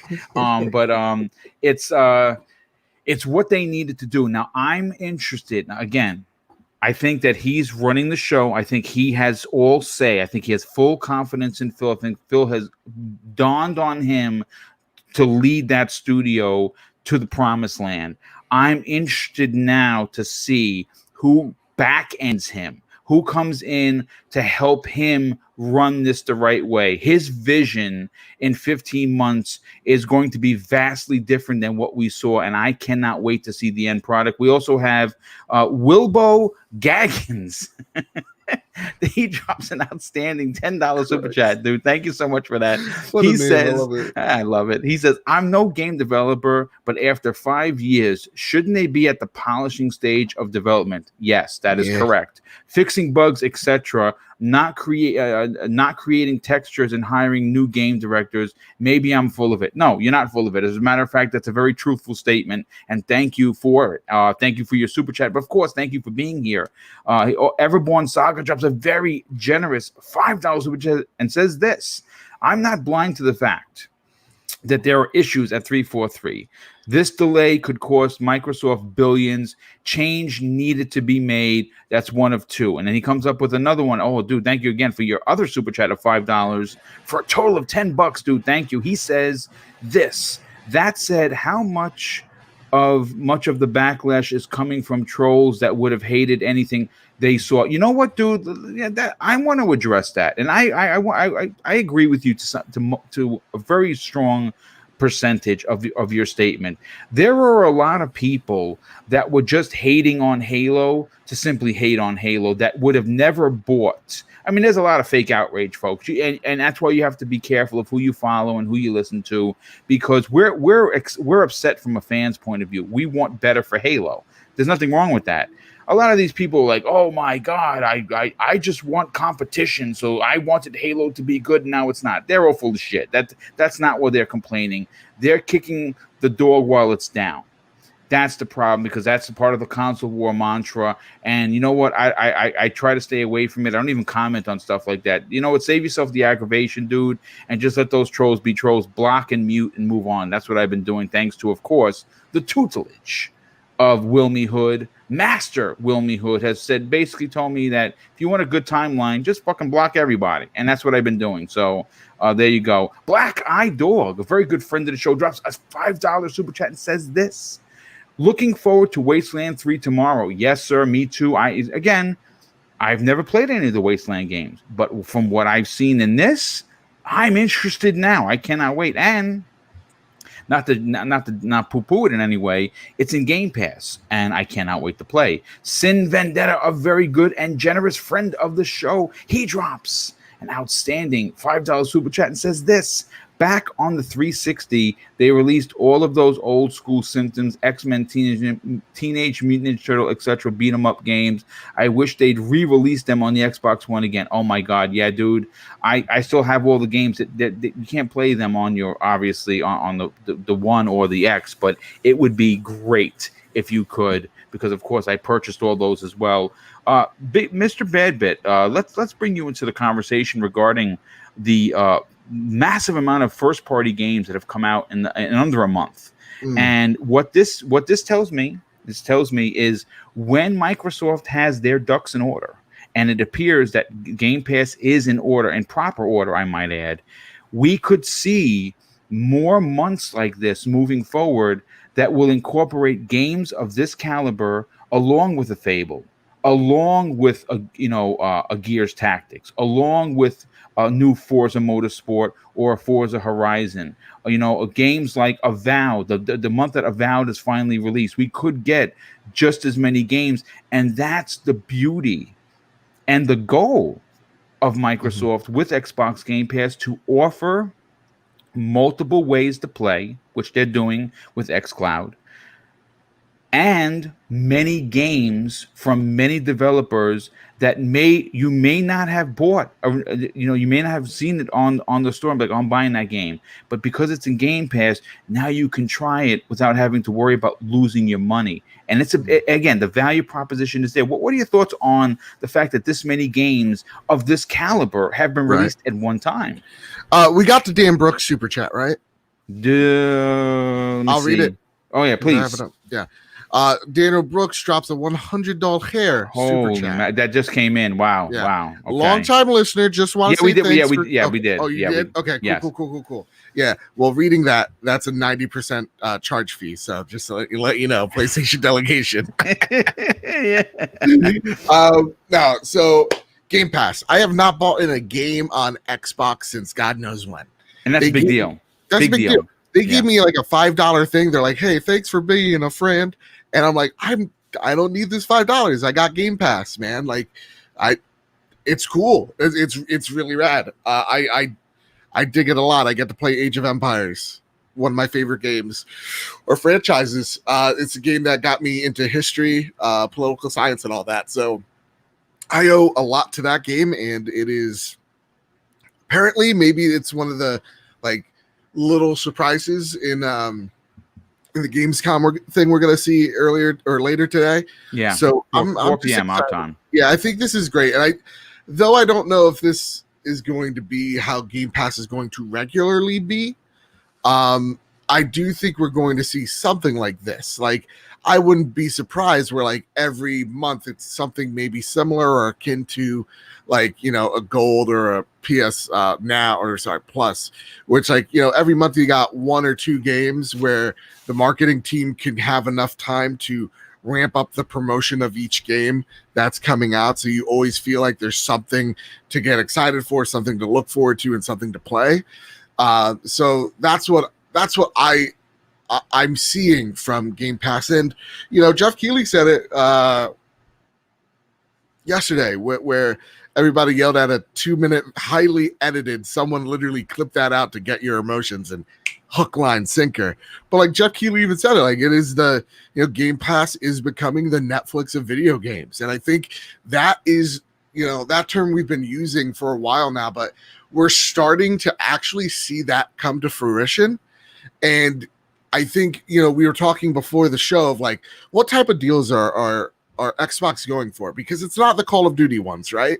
Right. It is, for me, if I'm Xbox, I'm asking Don't Nod, go make me a little exclusive little ditty, right? It's going after indies and saying, hey, come to Game Pass and we'll give you X amount for that. It's about making the big deals with phone manufacturers like Samsung, so that you have your phone or your platform on phones that are popular where not just worldwide, but in places like South Korea, the Asian markets. Yeah. Mm-hmm. So like those are the deals that we can start expecting Microsoft to see. Or to see from Microsoft. So I think that's the thing that gets me so excited as someone who has a PlayStation, loves it, has a podcast all about it, appreciates Xbox, all they're doing, because now we're really seeing the two companies just diverge and do two totally different things, right? One company's giving you more of the same. Here's a big blockbuster, that HBO experience that Jeff tried to talk about. That's going to be PlayStation. And then over here on the left-hand corner, you have Xbox, which is the Netflix-like experience. And guess what? Both of them are making tons of money and doing things the way that they see that they want to do it. So seeing this list, I'm really excited for, or tell me why. I can't wait to experience that game for myself. I love LGBT representation. So I'm all about seeing how they portray, characters in that. Age of Empires is my jam, but then I'm also excited to try out Wasteland 3 in Exile, which oftentimes I say here it's just like In Exile and Obsidian were two huge gets for them. So absolutely, yeah, I'm excited to see, man. I'm excited to see it. This is the future that I think if you're an Xbox fan, this is what you want. If you want a box or just a platform where you just pay a flat fee every month, and you just get games. There's nothing better than that, Yeah, no, absolutely. Real quick, a good friend and a very generous friend of the show, Robert Jones, drops an outstanding and very generous $20 super chat and says this: I'm late to the party working. But the question about Bungie compared to 343 is completely unfair, since games made in between 2000 and 2010 are different. It's a different standard to games made now. Bungie started an era. 343 has to compete with Call of Duty. You want to answer? You want to take Bungie? that? Bungie's still putting out bangers left and right. They're called Destiny. Yeah. I mean, look, the bottom line is this. As a fan who loves Master Chief, who loves the lore, who loves the universe, who was really and thoroughly looking forward to Infinite in its current state, I would have been someone that championed the game even at the graphics the way they were, because I'm more into gameplay. But to be fair, if you're going to have the face of your franchise launch with your new console, it must be pristine. Mm-hmm. And Halo Infinite in its current form is not. Okay. And again, we're not going to be comparing Ratchet and Clank to Master Chief to Halo Infinite, or from Cyberpunk to Halo Infinite. They're totally different games, doing totally different things. But Master Chief needs to be represented in a way that of his status quo, right? It's the Master Chief. It's Halo. Halo is Xbox. Xbox is Halo, right? They need to represent him in a proper manner. And considering this was being, and again, this is not my words, a somewhat reboot of the franchise.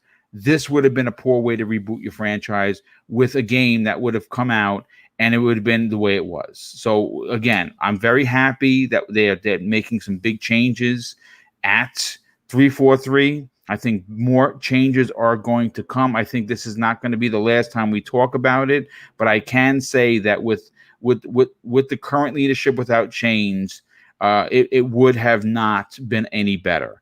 You could have thrown more manpower and more money at it, and I don't think that it would have fixed the problem. I think that they are fixing the problem with bringing in people that know the franchise, that know the lore, and know how to run a team properly. I think that's really what it comes down to. And again, folks, we cannot deny all of the reports of the dysfunction that was going on there. There's dysfunction because there's a failure at leadership. That is the problem. And it seems like they might have fixed it. But VJ, I know that you have been very, very passionate about the way you talk about Xbox Game Pass. Its value proposition is unlike anything in gaming. And I don't necessarily think that anyone wants to match it. I don't see Sony doing it. I don't certainly see Nintendo doing it because they are very traditional. They're very traditional in their way. They sell their consoles. Console sales are important to them. Their first-party games, super important to them. And selling those said first-party games on said new consoles are important to them. But Microsoft going a different route. They've given us the ability to play where we want to play, whether that's be on your phone, your tablet, your computer, your Xbox, traditionally underneath your TV. And I believe eventually the app is going to be on all Samsung TVs, along with what Joe's talked about the partnership with Samsung. So there's going to be many ways to play. The story here, though, is what Microsoft is doing with Xbox Game Pass. And the games that have come out in the last 30 days are of every shape, size, and color. And I think that is super important for a franchise you're trying to appeal to the 2 billion gamers that are available out there. And I think they have a good shot in doing that, especially when their first party bangers, their AAA bangers get in there, surrounded by smaller titles like this. What are your thoughts on the games that I broke down at the beginning of this topic? Just before I get onto the games, I just want to sort of give a bit of foundation to why is it happening and what's going on, and why it's being supported. So, and just to sort of refresh everyone's memory, I have sort of talked about this at length on previous shows, but just a couple of sentences just for a recap.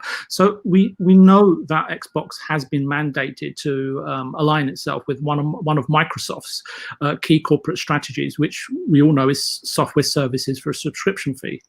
We know that the CEO Satya sees Game Pass as next in line, shall we say, to have a very likely exponential growth, especially since we know that Microsoft Office, albeit brings in a pretty penny, is growing at a nominal rate. So if I'm Phil and the goal for Xbox is it should be to make Game Pass the norm, as customary and habitual as Netflix, as Mr. Badbit just mentioned. And once you've experienced, say, the 14-day trial or the 3 months, and I think Mr. Badbit alluded to as well the deal with Samsung and the M20, and you get 3 months Game Pass for free, right? In South Korea, I'm not sure if that's a deal everywhere. Xbox basically need to ensure that the vast majority out of every 10 users stays on board and subscribes for the long term, and I think that's exactly what they're doing, and I think that is the reason why we should continue to anticipate an array of games, and as you mentioned, Boom, of all shapes and sizes, because we're all individualistic, right? So I think that those games will be added consistently up until launch of the new Xbox systems and well into the future. Depending on price, now this comes to a bit more of a tricky part on how they need to use Game Pass as a potential weapon. Depending on price, Xbox hardware will have a harder time selling outside of North America and the UK. We just know traditionally that's what's been happening, right? So with the Series X launching everywhere, but I think that the marketing and the sales volume push is going to be in North America and the UK. There's no doubt about it, right? In the aforementioned territories, and especially to rival Sony's presence. So that in itself is a tactical game. I know I've mentioned North America and the UK, but I will I will include Germany since I don't want Archimedes taking issue and threatening. Well, I mean, he actually has confirmed that it's like almost like 5-1, potentially even higher for PlayStation versus Xbox in Germany. Yeah, I just don't want him threatening me with 11-hour car journeys and camping with no Wi-Fi. I just don't think I could put up with that. So I'll include Germany in there anyway. Game Pass with games available on most devices, plus an aggressively priced Series X, is possibly Xbox's, let's say best way of bypassing and tackling the traditional challenges and hurdles of the business model Sony still embraces and represents. On a personal level, there are several games that I've bought at full price and I've yet to play them. However, I can see a couple of them, free to play on Game Pass. It's such extreme value. Outer Worlds just being a prime example. There's also a few games, and I know you've mentioned it, but I've personally admired from afar since I don't have a PC, and especially since moving to the US. And Age of Empires 3 is definitely one of them. Mm-hmm. And just talking to people within the community, there's a guy, Mr. Tushi, and I asked him, what do you think of Game Pass? And I just want to quote what he said, because this is just, straight off the cuff. And I know he loves Xbox. He goes, I love it when games come out instantly in Game Pass. It saves me a fortune. And I think Mr. T, just to shout out to him, I think more and more people are definitely waking up to this sentiment. Yep, I agree. Well, I mean, look, I'll say this. Again, this is why, if you can do it, and I've said this, my God, 100 times already in my short podcasting career, not everyone is in a position where they can afford to support multiple consoles, but more importantly, that they want to. There are some folks out there that are just bleed green when you cut them, and they have no interest to support Sony for whatever their personal reasons are. That they were Nintendo kids, and that's exactly where they stopped. When I was a kid, I was a Nintendo guy. Now I'm a grown up, and I want Xbox, and that's great. If that's what you are looking for, man, I support your decision. But for me personally, talking from my point of view, I feel I'm a better equipped, more rounded gamer when I have the ability to support multiple consoles, because I get experiences on one that I might not get on the other. Again, bringing Sony into the conversation, the one and dones that people like to use as for the console war shenanigans are right up my alley. It's probably because I'm an old fuck. That's probably what it is. I'm going to be 50 in September, and I've been playing games for a very long time. So I like the single player, as Cognito says, selfish experience. I like the story. I like the over-the-shoulder camera view. I like the fact that they're telling an adult story, usually with graphics to match said adult story. So that's why I own a PlayStation 4. Will hopefully, again, we don't know if I can even get one, PlayStation 5 when it releases. And for instance, you go to Nintendo. I have a Nintendo Switch with 60 plus games because I love Nintendo. They are the Disney of video games, because they can tell very silly stories with characters that I was playing since I was a kid, and I continue to enjoy those stories. Now, Xbox is a different story. I like Xbox, especially Game Pass, because of the amount of games I get for my money, but it's the different types of games that make this Netflix of gaming worth every penny. Okay, again, we went over the list. And again, I believe in my heart of hearts that come 2021 and 2022, all of these 15 plus studios that Microsoft has will eventually be cranking out these games. I mean, Sammy, what do you think about that? You're going to have to say that again. I've been chatting. I'm so sorry. Oh, no, it's okay. Well, what I was saying is that once we get to 2021, in 2022, all of these big 15-party studios that they have, potentially more, and I believe it's more, are going to be cracking these games. We're going to see more months like this than not. What are your thoughts on that? See, so like whenever I was kind of opening up, what I was saying is I don't think that is really a possibility of what we're going to see happen. I don't think we're going to see multiple Xbox first party games hit in the same month. Like there may be, certain months that are kind of heavy that maybe we'll see, 3 first party games, but I just don't think that Xbox has the ability right now as it is to stop booing me.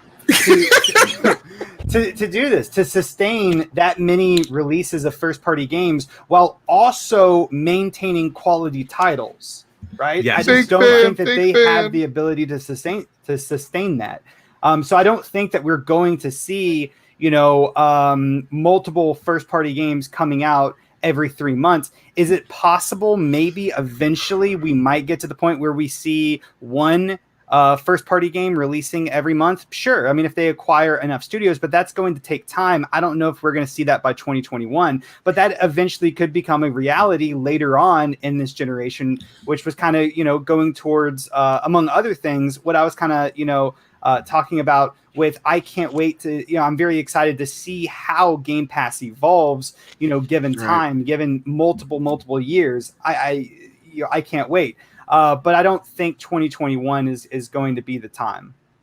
Well, you know what? Here's the thing. One of the things that is going to help them out, and this was a story that was run, I believe, in the beginning of the week, where Phil's team at Xbox Game Pass are working overtime to get more second and third party games. So again, it's I don't think that I don't necessarily think that Xbox Game Pass could sustain itself just based on first party. That I'm not suggesting that at all. Sure. I mean, if you look at the 3 games that I've been playing, one was first party, sure, Battletoads, New Super Lucky's Tale, third party, and so was Carry On, a very small team that was an indie developer. So what I'm suggesting though is if they can get one first party game per month, which it looks like they might be able to do that. They might be able to sustain that. That's possible, yeah. But you also surround that said title with a bunch of second and third party games. This is why I think this is going to be a success, but not just in this country. I think it's going to outside of the country where Xbox has had trouble selling. Like we talked about, Joe mentioned it, Korea. Japan, those countries, the Xbox really has been non-existent, and they've tried. Sure. It's just it was not sustainable. But listen, I want to move on to the topic number 3, which we're gonna keep with the day and date, and I believe this is probably going to close out today's show. And it's a fun topic. I think everyone's going to really dig.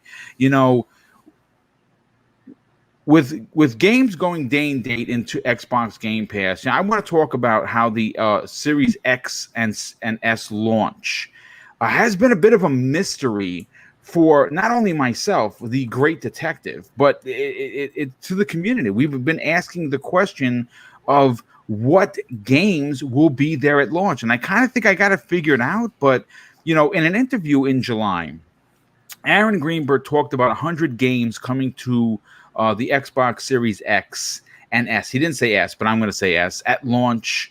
And here was his exact quote. We know a lot of our big third-party partners, whether it be Ubisoft, EA, Bethesda, Take-Two, or Activision, they're all working on great games that are going to be coming out this holiday.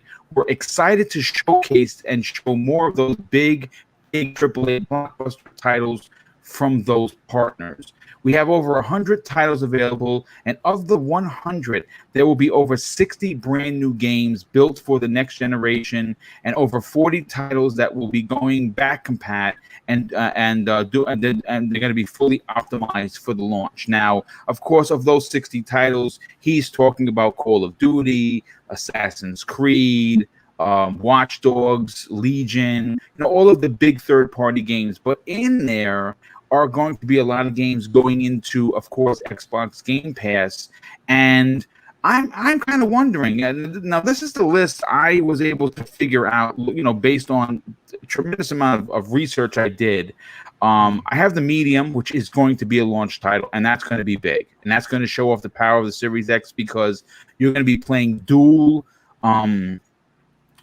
areas at the same time, which I've never seen done before in a game. It looks absolutely amazing. I know, Zemi, you're not excited for it because it's a horror game, but I think you're at least going to have to try it. I believe Gears Tactics is going in day and date for the launch of the Series X, and that's going to be big because I don't have a PC to run it, so I cannot wait to play it.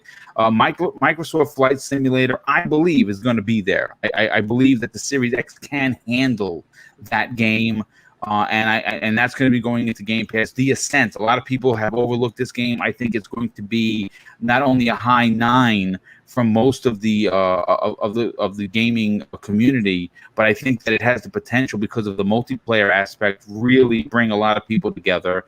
Crossfire X, which I was excited for, really, to be honest with you, until of course Remedy pulled that whole $40 for the upgrade graphics kind of a thing, and I lost a little bit of luster for me, because I love Remedy, but I can't support that tactic.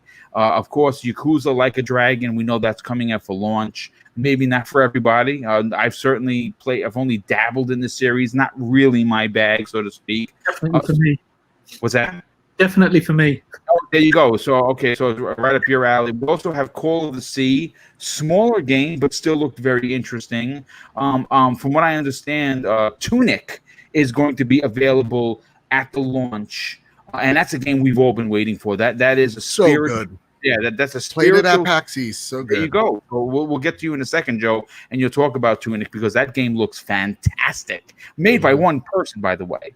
And the last one that I could come up with, and I'm excited for this because, again, I'm old, so I played this on the Game Boy when I bought my Game Boy for the first time, and Tetris Effect. And Joe, you could speak on this. This is another, again, I have it for the PlayStation VR, but this is coming to, of course, the into Game Pass. Yeah.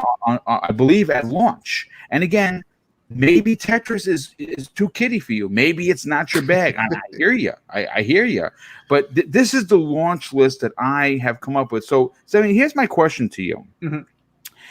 We have, as a community, we're all very frustrated by all the companies because Sony hasn't said anything more about the technical specs. We have no launch price. We have no launch date. We have suggestions. We have theories. We have rumors. We have hopes and dreams. But there you go. We have hopes and dreams of Microsoft. They were very talkative in the first half of the year, right? And obviously some things happened. They kind of that made them clam up a little bit. But we don't know the launch lineup. We don't know the price. We don't know the launch date. We think it's November 6th based on the leaked controller. But we don't have anything in principle documentation. But I'm more concerned about the launch title. I mean, how long do you think they could go? I mean, without telling us what games are launching with this freaking system. Okay. Is it for you or is it for me? I don't know. Again, Zami. We'll bring Joe in the back end. So I think that there is a very important distinction to make. I think I've tried to make this distinction many, many times on the podcast, and I could be completely wrong, of course. I mean, I usually probably am.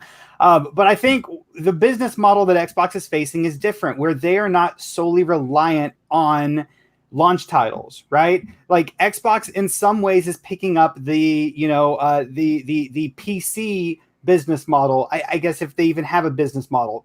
In a way, it's very similar to that. Whereas PlayStation is solely, dedicated on selling consoles. So for them having launch titles and for them having a very distinct, specific reason why you should go and buy a PS5, having those launch titles makes more sense for Sony, because that kind of goes along with their business model, right? For Xbox, doesn't really make as much sense. I mean, yes, it's tradition, but other than that, it really makes no sense because, in the same way, if I was going to go build a new PC so my games would look better, I wouldn't be looking for launch titles that are going to be coming out for that PC, right? I mean, of course, there's other reasons that go along with that, but so I don't think ultimately that the launch title whole idea is that important, for the Xbox business model. I think a lot of people get caught up in this because that's the way it's always been, and we're sitting here thinking, oh my God, what launch titles is Xbox going to have?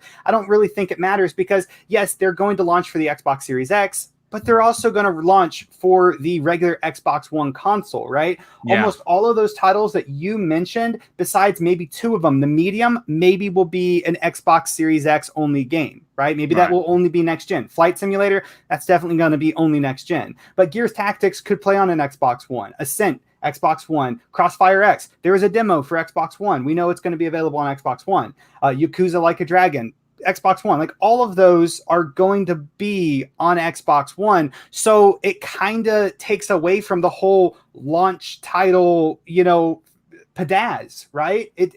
Whenever you look at it as, well, it's going to come out for the Series X, but it's also going to come out for literally all of the other consoles that we've been playing these last 8-7 years, right? It kind of takes the flair away from it. So I don't think that the whole launch title, I don't even know what to call it. Like, the whole launch title idea really holds that much ground where, Xbox is concerned. It's just 2 very, very different business models, where for Xbox, it just doesn't have to matter as much, because it doesn't matter what the launch titles are, because you could already play them on what you currently already own. The main appeal of the Xbox Series X and the Xbox Series S is that you're going to be able to play all the games that you could play before, but they're going to look better. It's the same idea of upgrading your PC, right? Yeah, that's a great point. That's a great point. Yeah. Now, talking about launch titles, I think that you are, kind of right on the money. I think Medium, very strong chance. Gears Tactics, absolutely strong chance. Flight Simulator, I think it may be possibly pushed back, just to make everything perfect for the Xbox Series X. But I mean, that's a very strong pick. All these other ones are very strong picks as well. I think Psychonauts 2, you kind of missed out on that one. I think that one. I think they could. You know what? You're right. I mean, I actually had that in the list, but I looked it up, and for some reason it said 2021, man. So I don't know. It. Okay, so they changed it because it was 2020. So I guess they pushed it back. But ultimately, I can't really argue with, honestly, any of these picks that you chose as launch titles, but I just really have to question the actual importance of them being launch titles compared to, Sony's importance of having launch titles. I think it's a very, very different thing. You know what? That's a great point. That's a great point, because one of the things that has been a drum that they continue to bang is their backwards compatibility, and how some of their older games are going to look new. And if you are someone that may be new to the platform, or someone coming back to the platform that maybe missed out on these games, you're going to get a chance to play them in the best fidelity possible. So that is definitely something to look forward to. I'm just hoping that at this hardware and services event that apparently has been pushed into September, which if you follow Tim Dog, who obviously you know who he is, he seems to think, him and actually Benji Sales seem to think that it's going to happen the second week of September, which makes sense, because obviously the first week being Labor Day here in the States, and kids going back to school, and still COVID being the problem that it is. It wouldn't make any sense for Microsoft to have that event. It would be muddled, in my opinion, by everything going on. I think that the second week seems right. Joe, I want to go to you, because I know Tunic is right up your alley. It's on probably the top of your list of why you would want to have Xbox Game Pass, because we know it's going right into it. But what do you think about the list I came up with? And did I miss anything? When do you think Microsoft is going to give us, or basically, quote unquote, like the kids are saying, spill the tea on the launch lineup? What's today? Today is the 27th of August. Jesus Christ, guys. We got it. Here's the thing. It's gotten to the point where you're seeing a lot of people just go, can we just delay this thing? It's obvious you guys are not. You know something? As I know, Zemi, were you saying the delay the consoles? I don't remember. No, that wasn't me. I want my Xbox. Are you kidding me? Yeah, I want that PlayStation. Look, man, I've been waiting so long in this generation to play PlayStation games, right? Yeah. Because I couldn't wait. I want to play. I want to play Ghost of Tsushima. Do not delay these consoles. I want them. Today's Thursday, so okay. Let's go. Let's get into the speculation town. Let's just fucking do it, because you know what? They're not doing it. Might as well. Thursdays today, we're going to see Ratchet and Clank. There is a possibility that after that, very slim, PlayStation goes, hey, if you like what you see, come join us next week. We got something for you.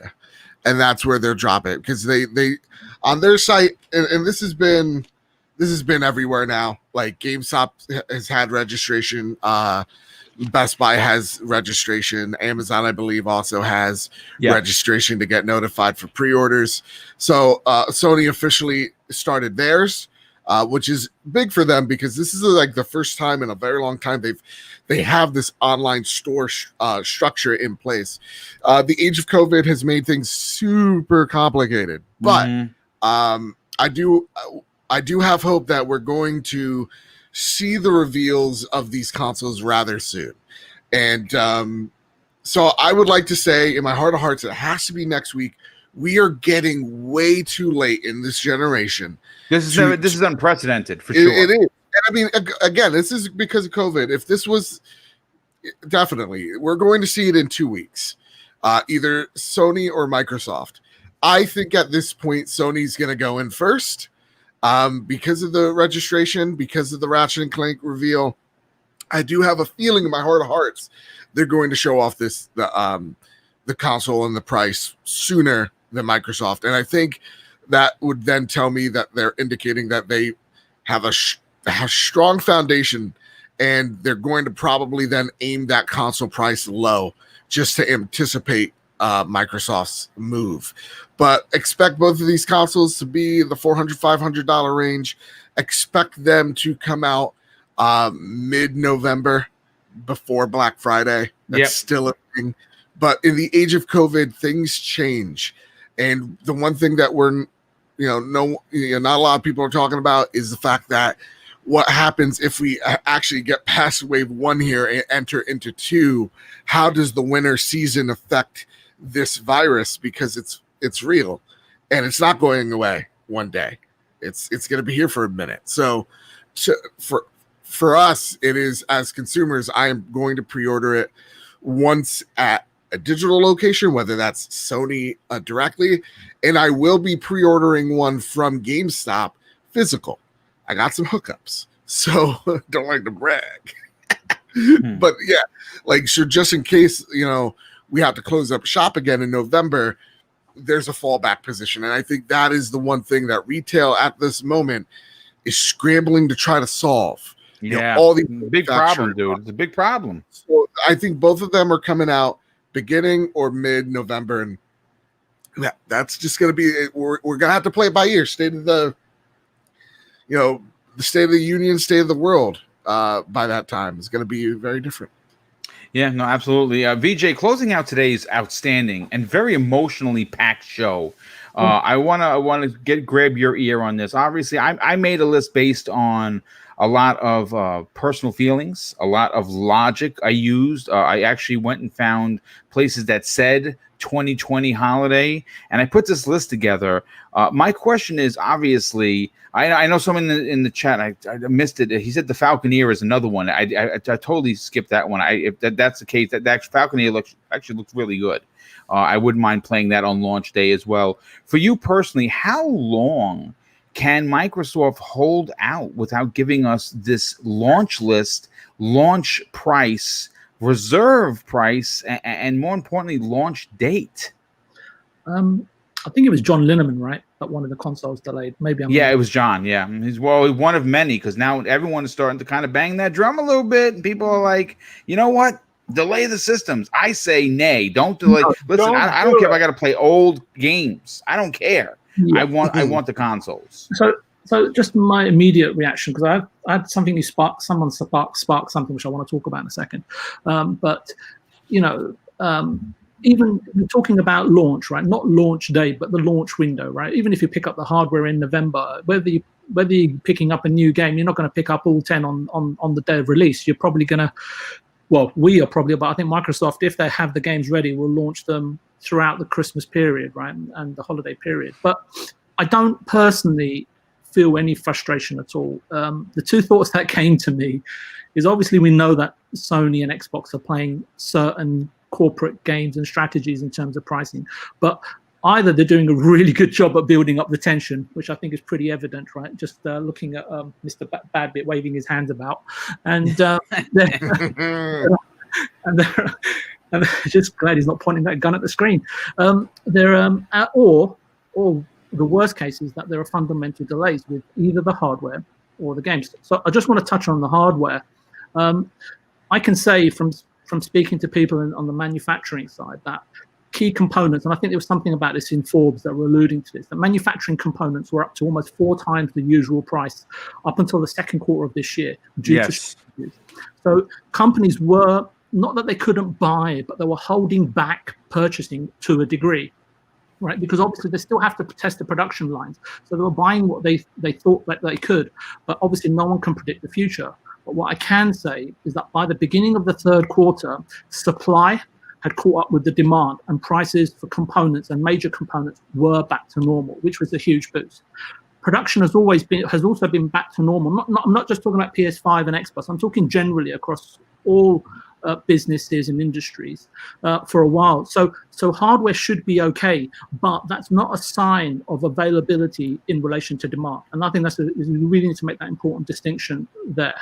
And my point is, besides studios having troubles and software, you've also got to give maybe a little bit of mind share to all these guys that are in supply chain, all the way across China, Hong Kong, shipping, all the way over to the US. Supply chain and logistics, they've been enduring a really tough time because everything has been so unpredictable, right? So, and I think that's sort of, now that they're getting, Sony and Microsoft, maybe about now, especially with this email that's come out from Sony, they're starting to get a shape of exactly how things are going to pan out in terms of the hardware. In terms of the more software delays, those can definitely, and I know we've banged on about this, so I'll just repeat it for the sake of it, can be associated with obviously the current events, especially since people and human beings have been working in less than ideal conditions during the pandemic. And speaking to some developers as well, I mean, just sort of taking aback and not looking at them as a developer. I mean, everybody's got different personality types, the available space that they've got to work in, let alone financial difficulties. If a spouse or someone you're relying on or a roommate is in financial difficulty, so everything is having like an effect, one on top of the other. But on a side note, this is why I also think that launch titles for the next 12 months, we should enjoy whatever we get. They're not going to tell us heaps about what these new systems can do, and maybe first-party offerings aside, but maybe they'll even slip into 2022. We don't know. And but what I will say, it's a human trait to adapt and find ways to overcome challenges. And for us sitting here just wanting to get our hands on some new tech and a new machine and so on and so forth, I think the main positive out of all of this is that we're not going to have to wait much longer, right, to know the answers to these these burning questions, right, that you've raised. Well, look, again, I think the frustration that has surrounded most gamers looking forward or towards the future, I mean, there's obviously good reasons for it, but I think that at the in a year where we've had so much incredible horror from multiple points of views, whether that be from the COVID-19 or the disenchantment with law enforcement or the government because of what's going on with the new election coming in November. This is Trump. Oh God, sorry, that was crazy. This is going to be a year that we'll look back 20 years from now and we'll be like, how did we survive this? So obviously gaming is at the low list of importancy, if you will. But again, we need gaming. We need gaming. We need these consoles for more reasons than just wanting new consoles. I think that is something that we're all looking forward to, kind of just to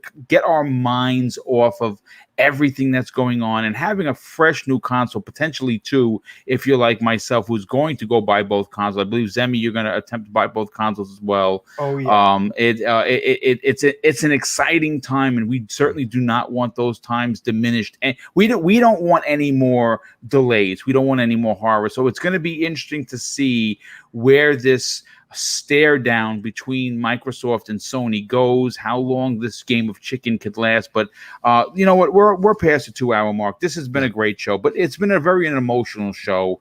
And you know what? There was a lot of cursing today, and normally it's not something that we do on this show. But you know what? Emotions do fly. I had a frog in my throat a second ago. And you had a frog in your throat. So I mean, listen, it is what it is. Hopefully, people enjoyed it. And first, I want to thank the unbelievable and an absolutely incredible amount of super chats that came in today.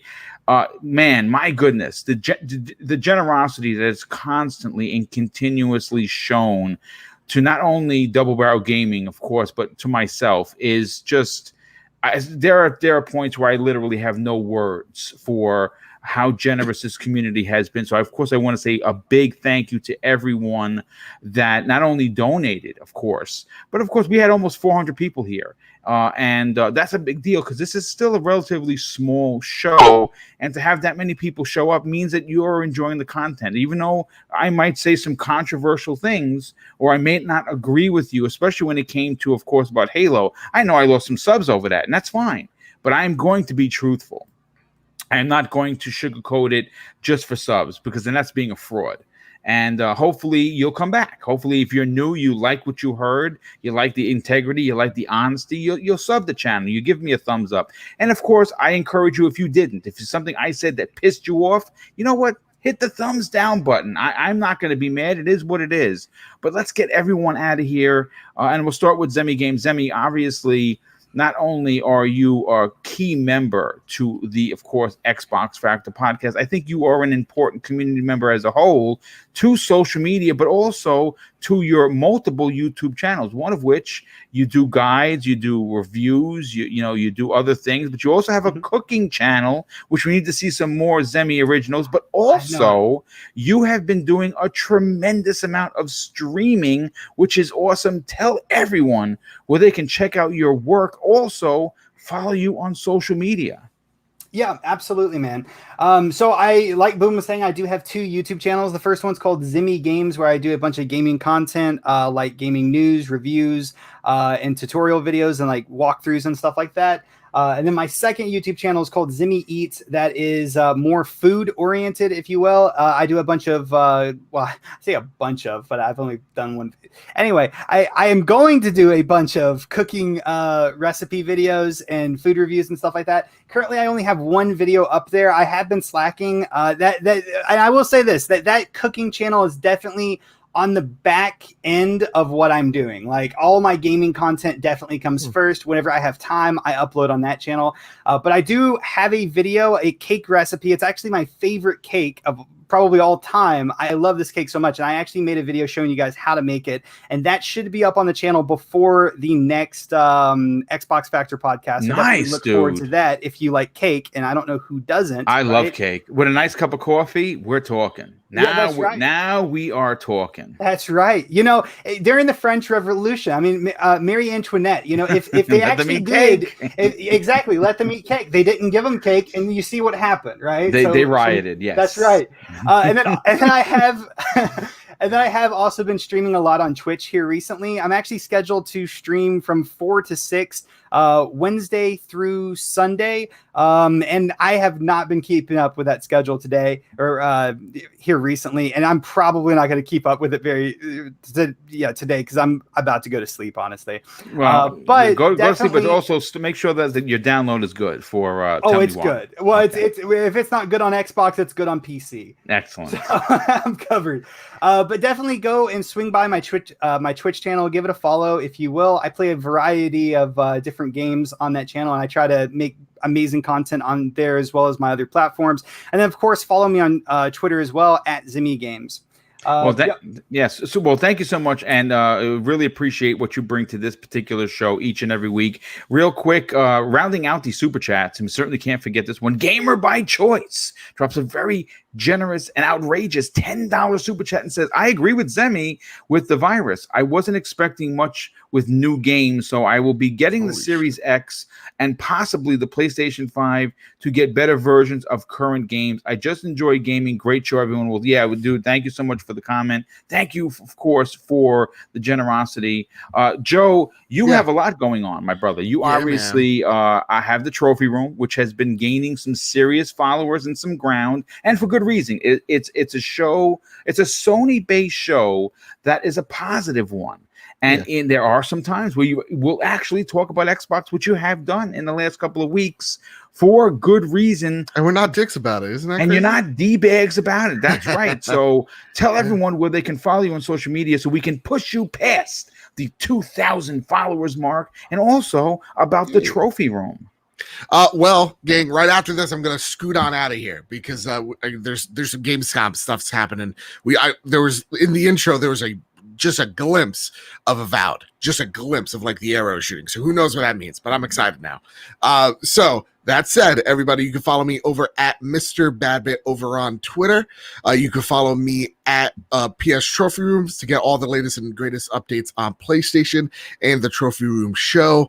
You can follow me at Badbit Games, where we talk about all things games, whether that's news, reviews, unboxings. That's where you get the video version of the Trophy Room right there each and every Thursday. And if you're a podcast listener like I am, you could go to Apple Podcasts, rate us 5 stars, get a chance to win your next gen game on us. Follow us on Spotify, all that stuff. It really does help us out. The Trophy Room podcast made by the players. Everybody, I love you all so much. We love you too, Joe. Enjoy the Gamescom, which I'm going to cover. I'm going to cover it mostly on tomorrow's show as well. VJ, why don't you do me a favor, brother? Tell everyone where, if they're interested in getting in touch with you, talking with you, potentially DMing you, and picking your brain about what you know about the industry and where they can follow you. How do they do that? Thanks for having me on today, Boom. Thanks, Emmy, as well, and the chat. You can find me at Viewpoint Gaming. And Boom, I'm sorry I may not have quite brought the fire today. Maybe more of a candle flickering in the dark, but I'll do my best to be on my best behavior next time. Nah, listen, dude, you did great. You answered the questions proper, and that's all that matters. Obviously, some days we have the fire, and some days we have just a flicker, like you said, and it's all good, brother. You're welcome. Obviously, you're here for a reason, and your expertise in the world of gaming from both perspectives is, of course, warranted and appreciated. And of course, I'll close out the show. Something that's important to me. Hopefully, it's important to you. And it's something that my dad taught me when I was a kid. And he used to say, son, treat others how you want to be treated. And also, it doesn't cost anything to be nice. You live by those rules, and I can guarantee you, you're going to have an awesome day. So take care, everyone. Enjoy Gamescom 2020. And we'll see you next week on the newest episode of the Xbox Factor podcast. Take care, everyone.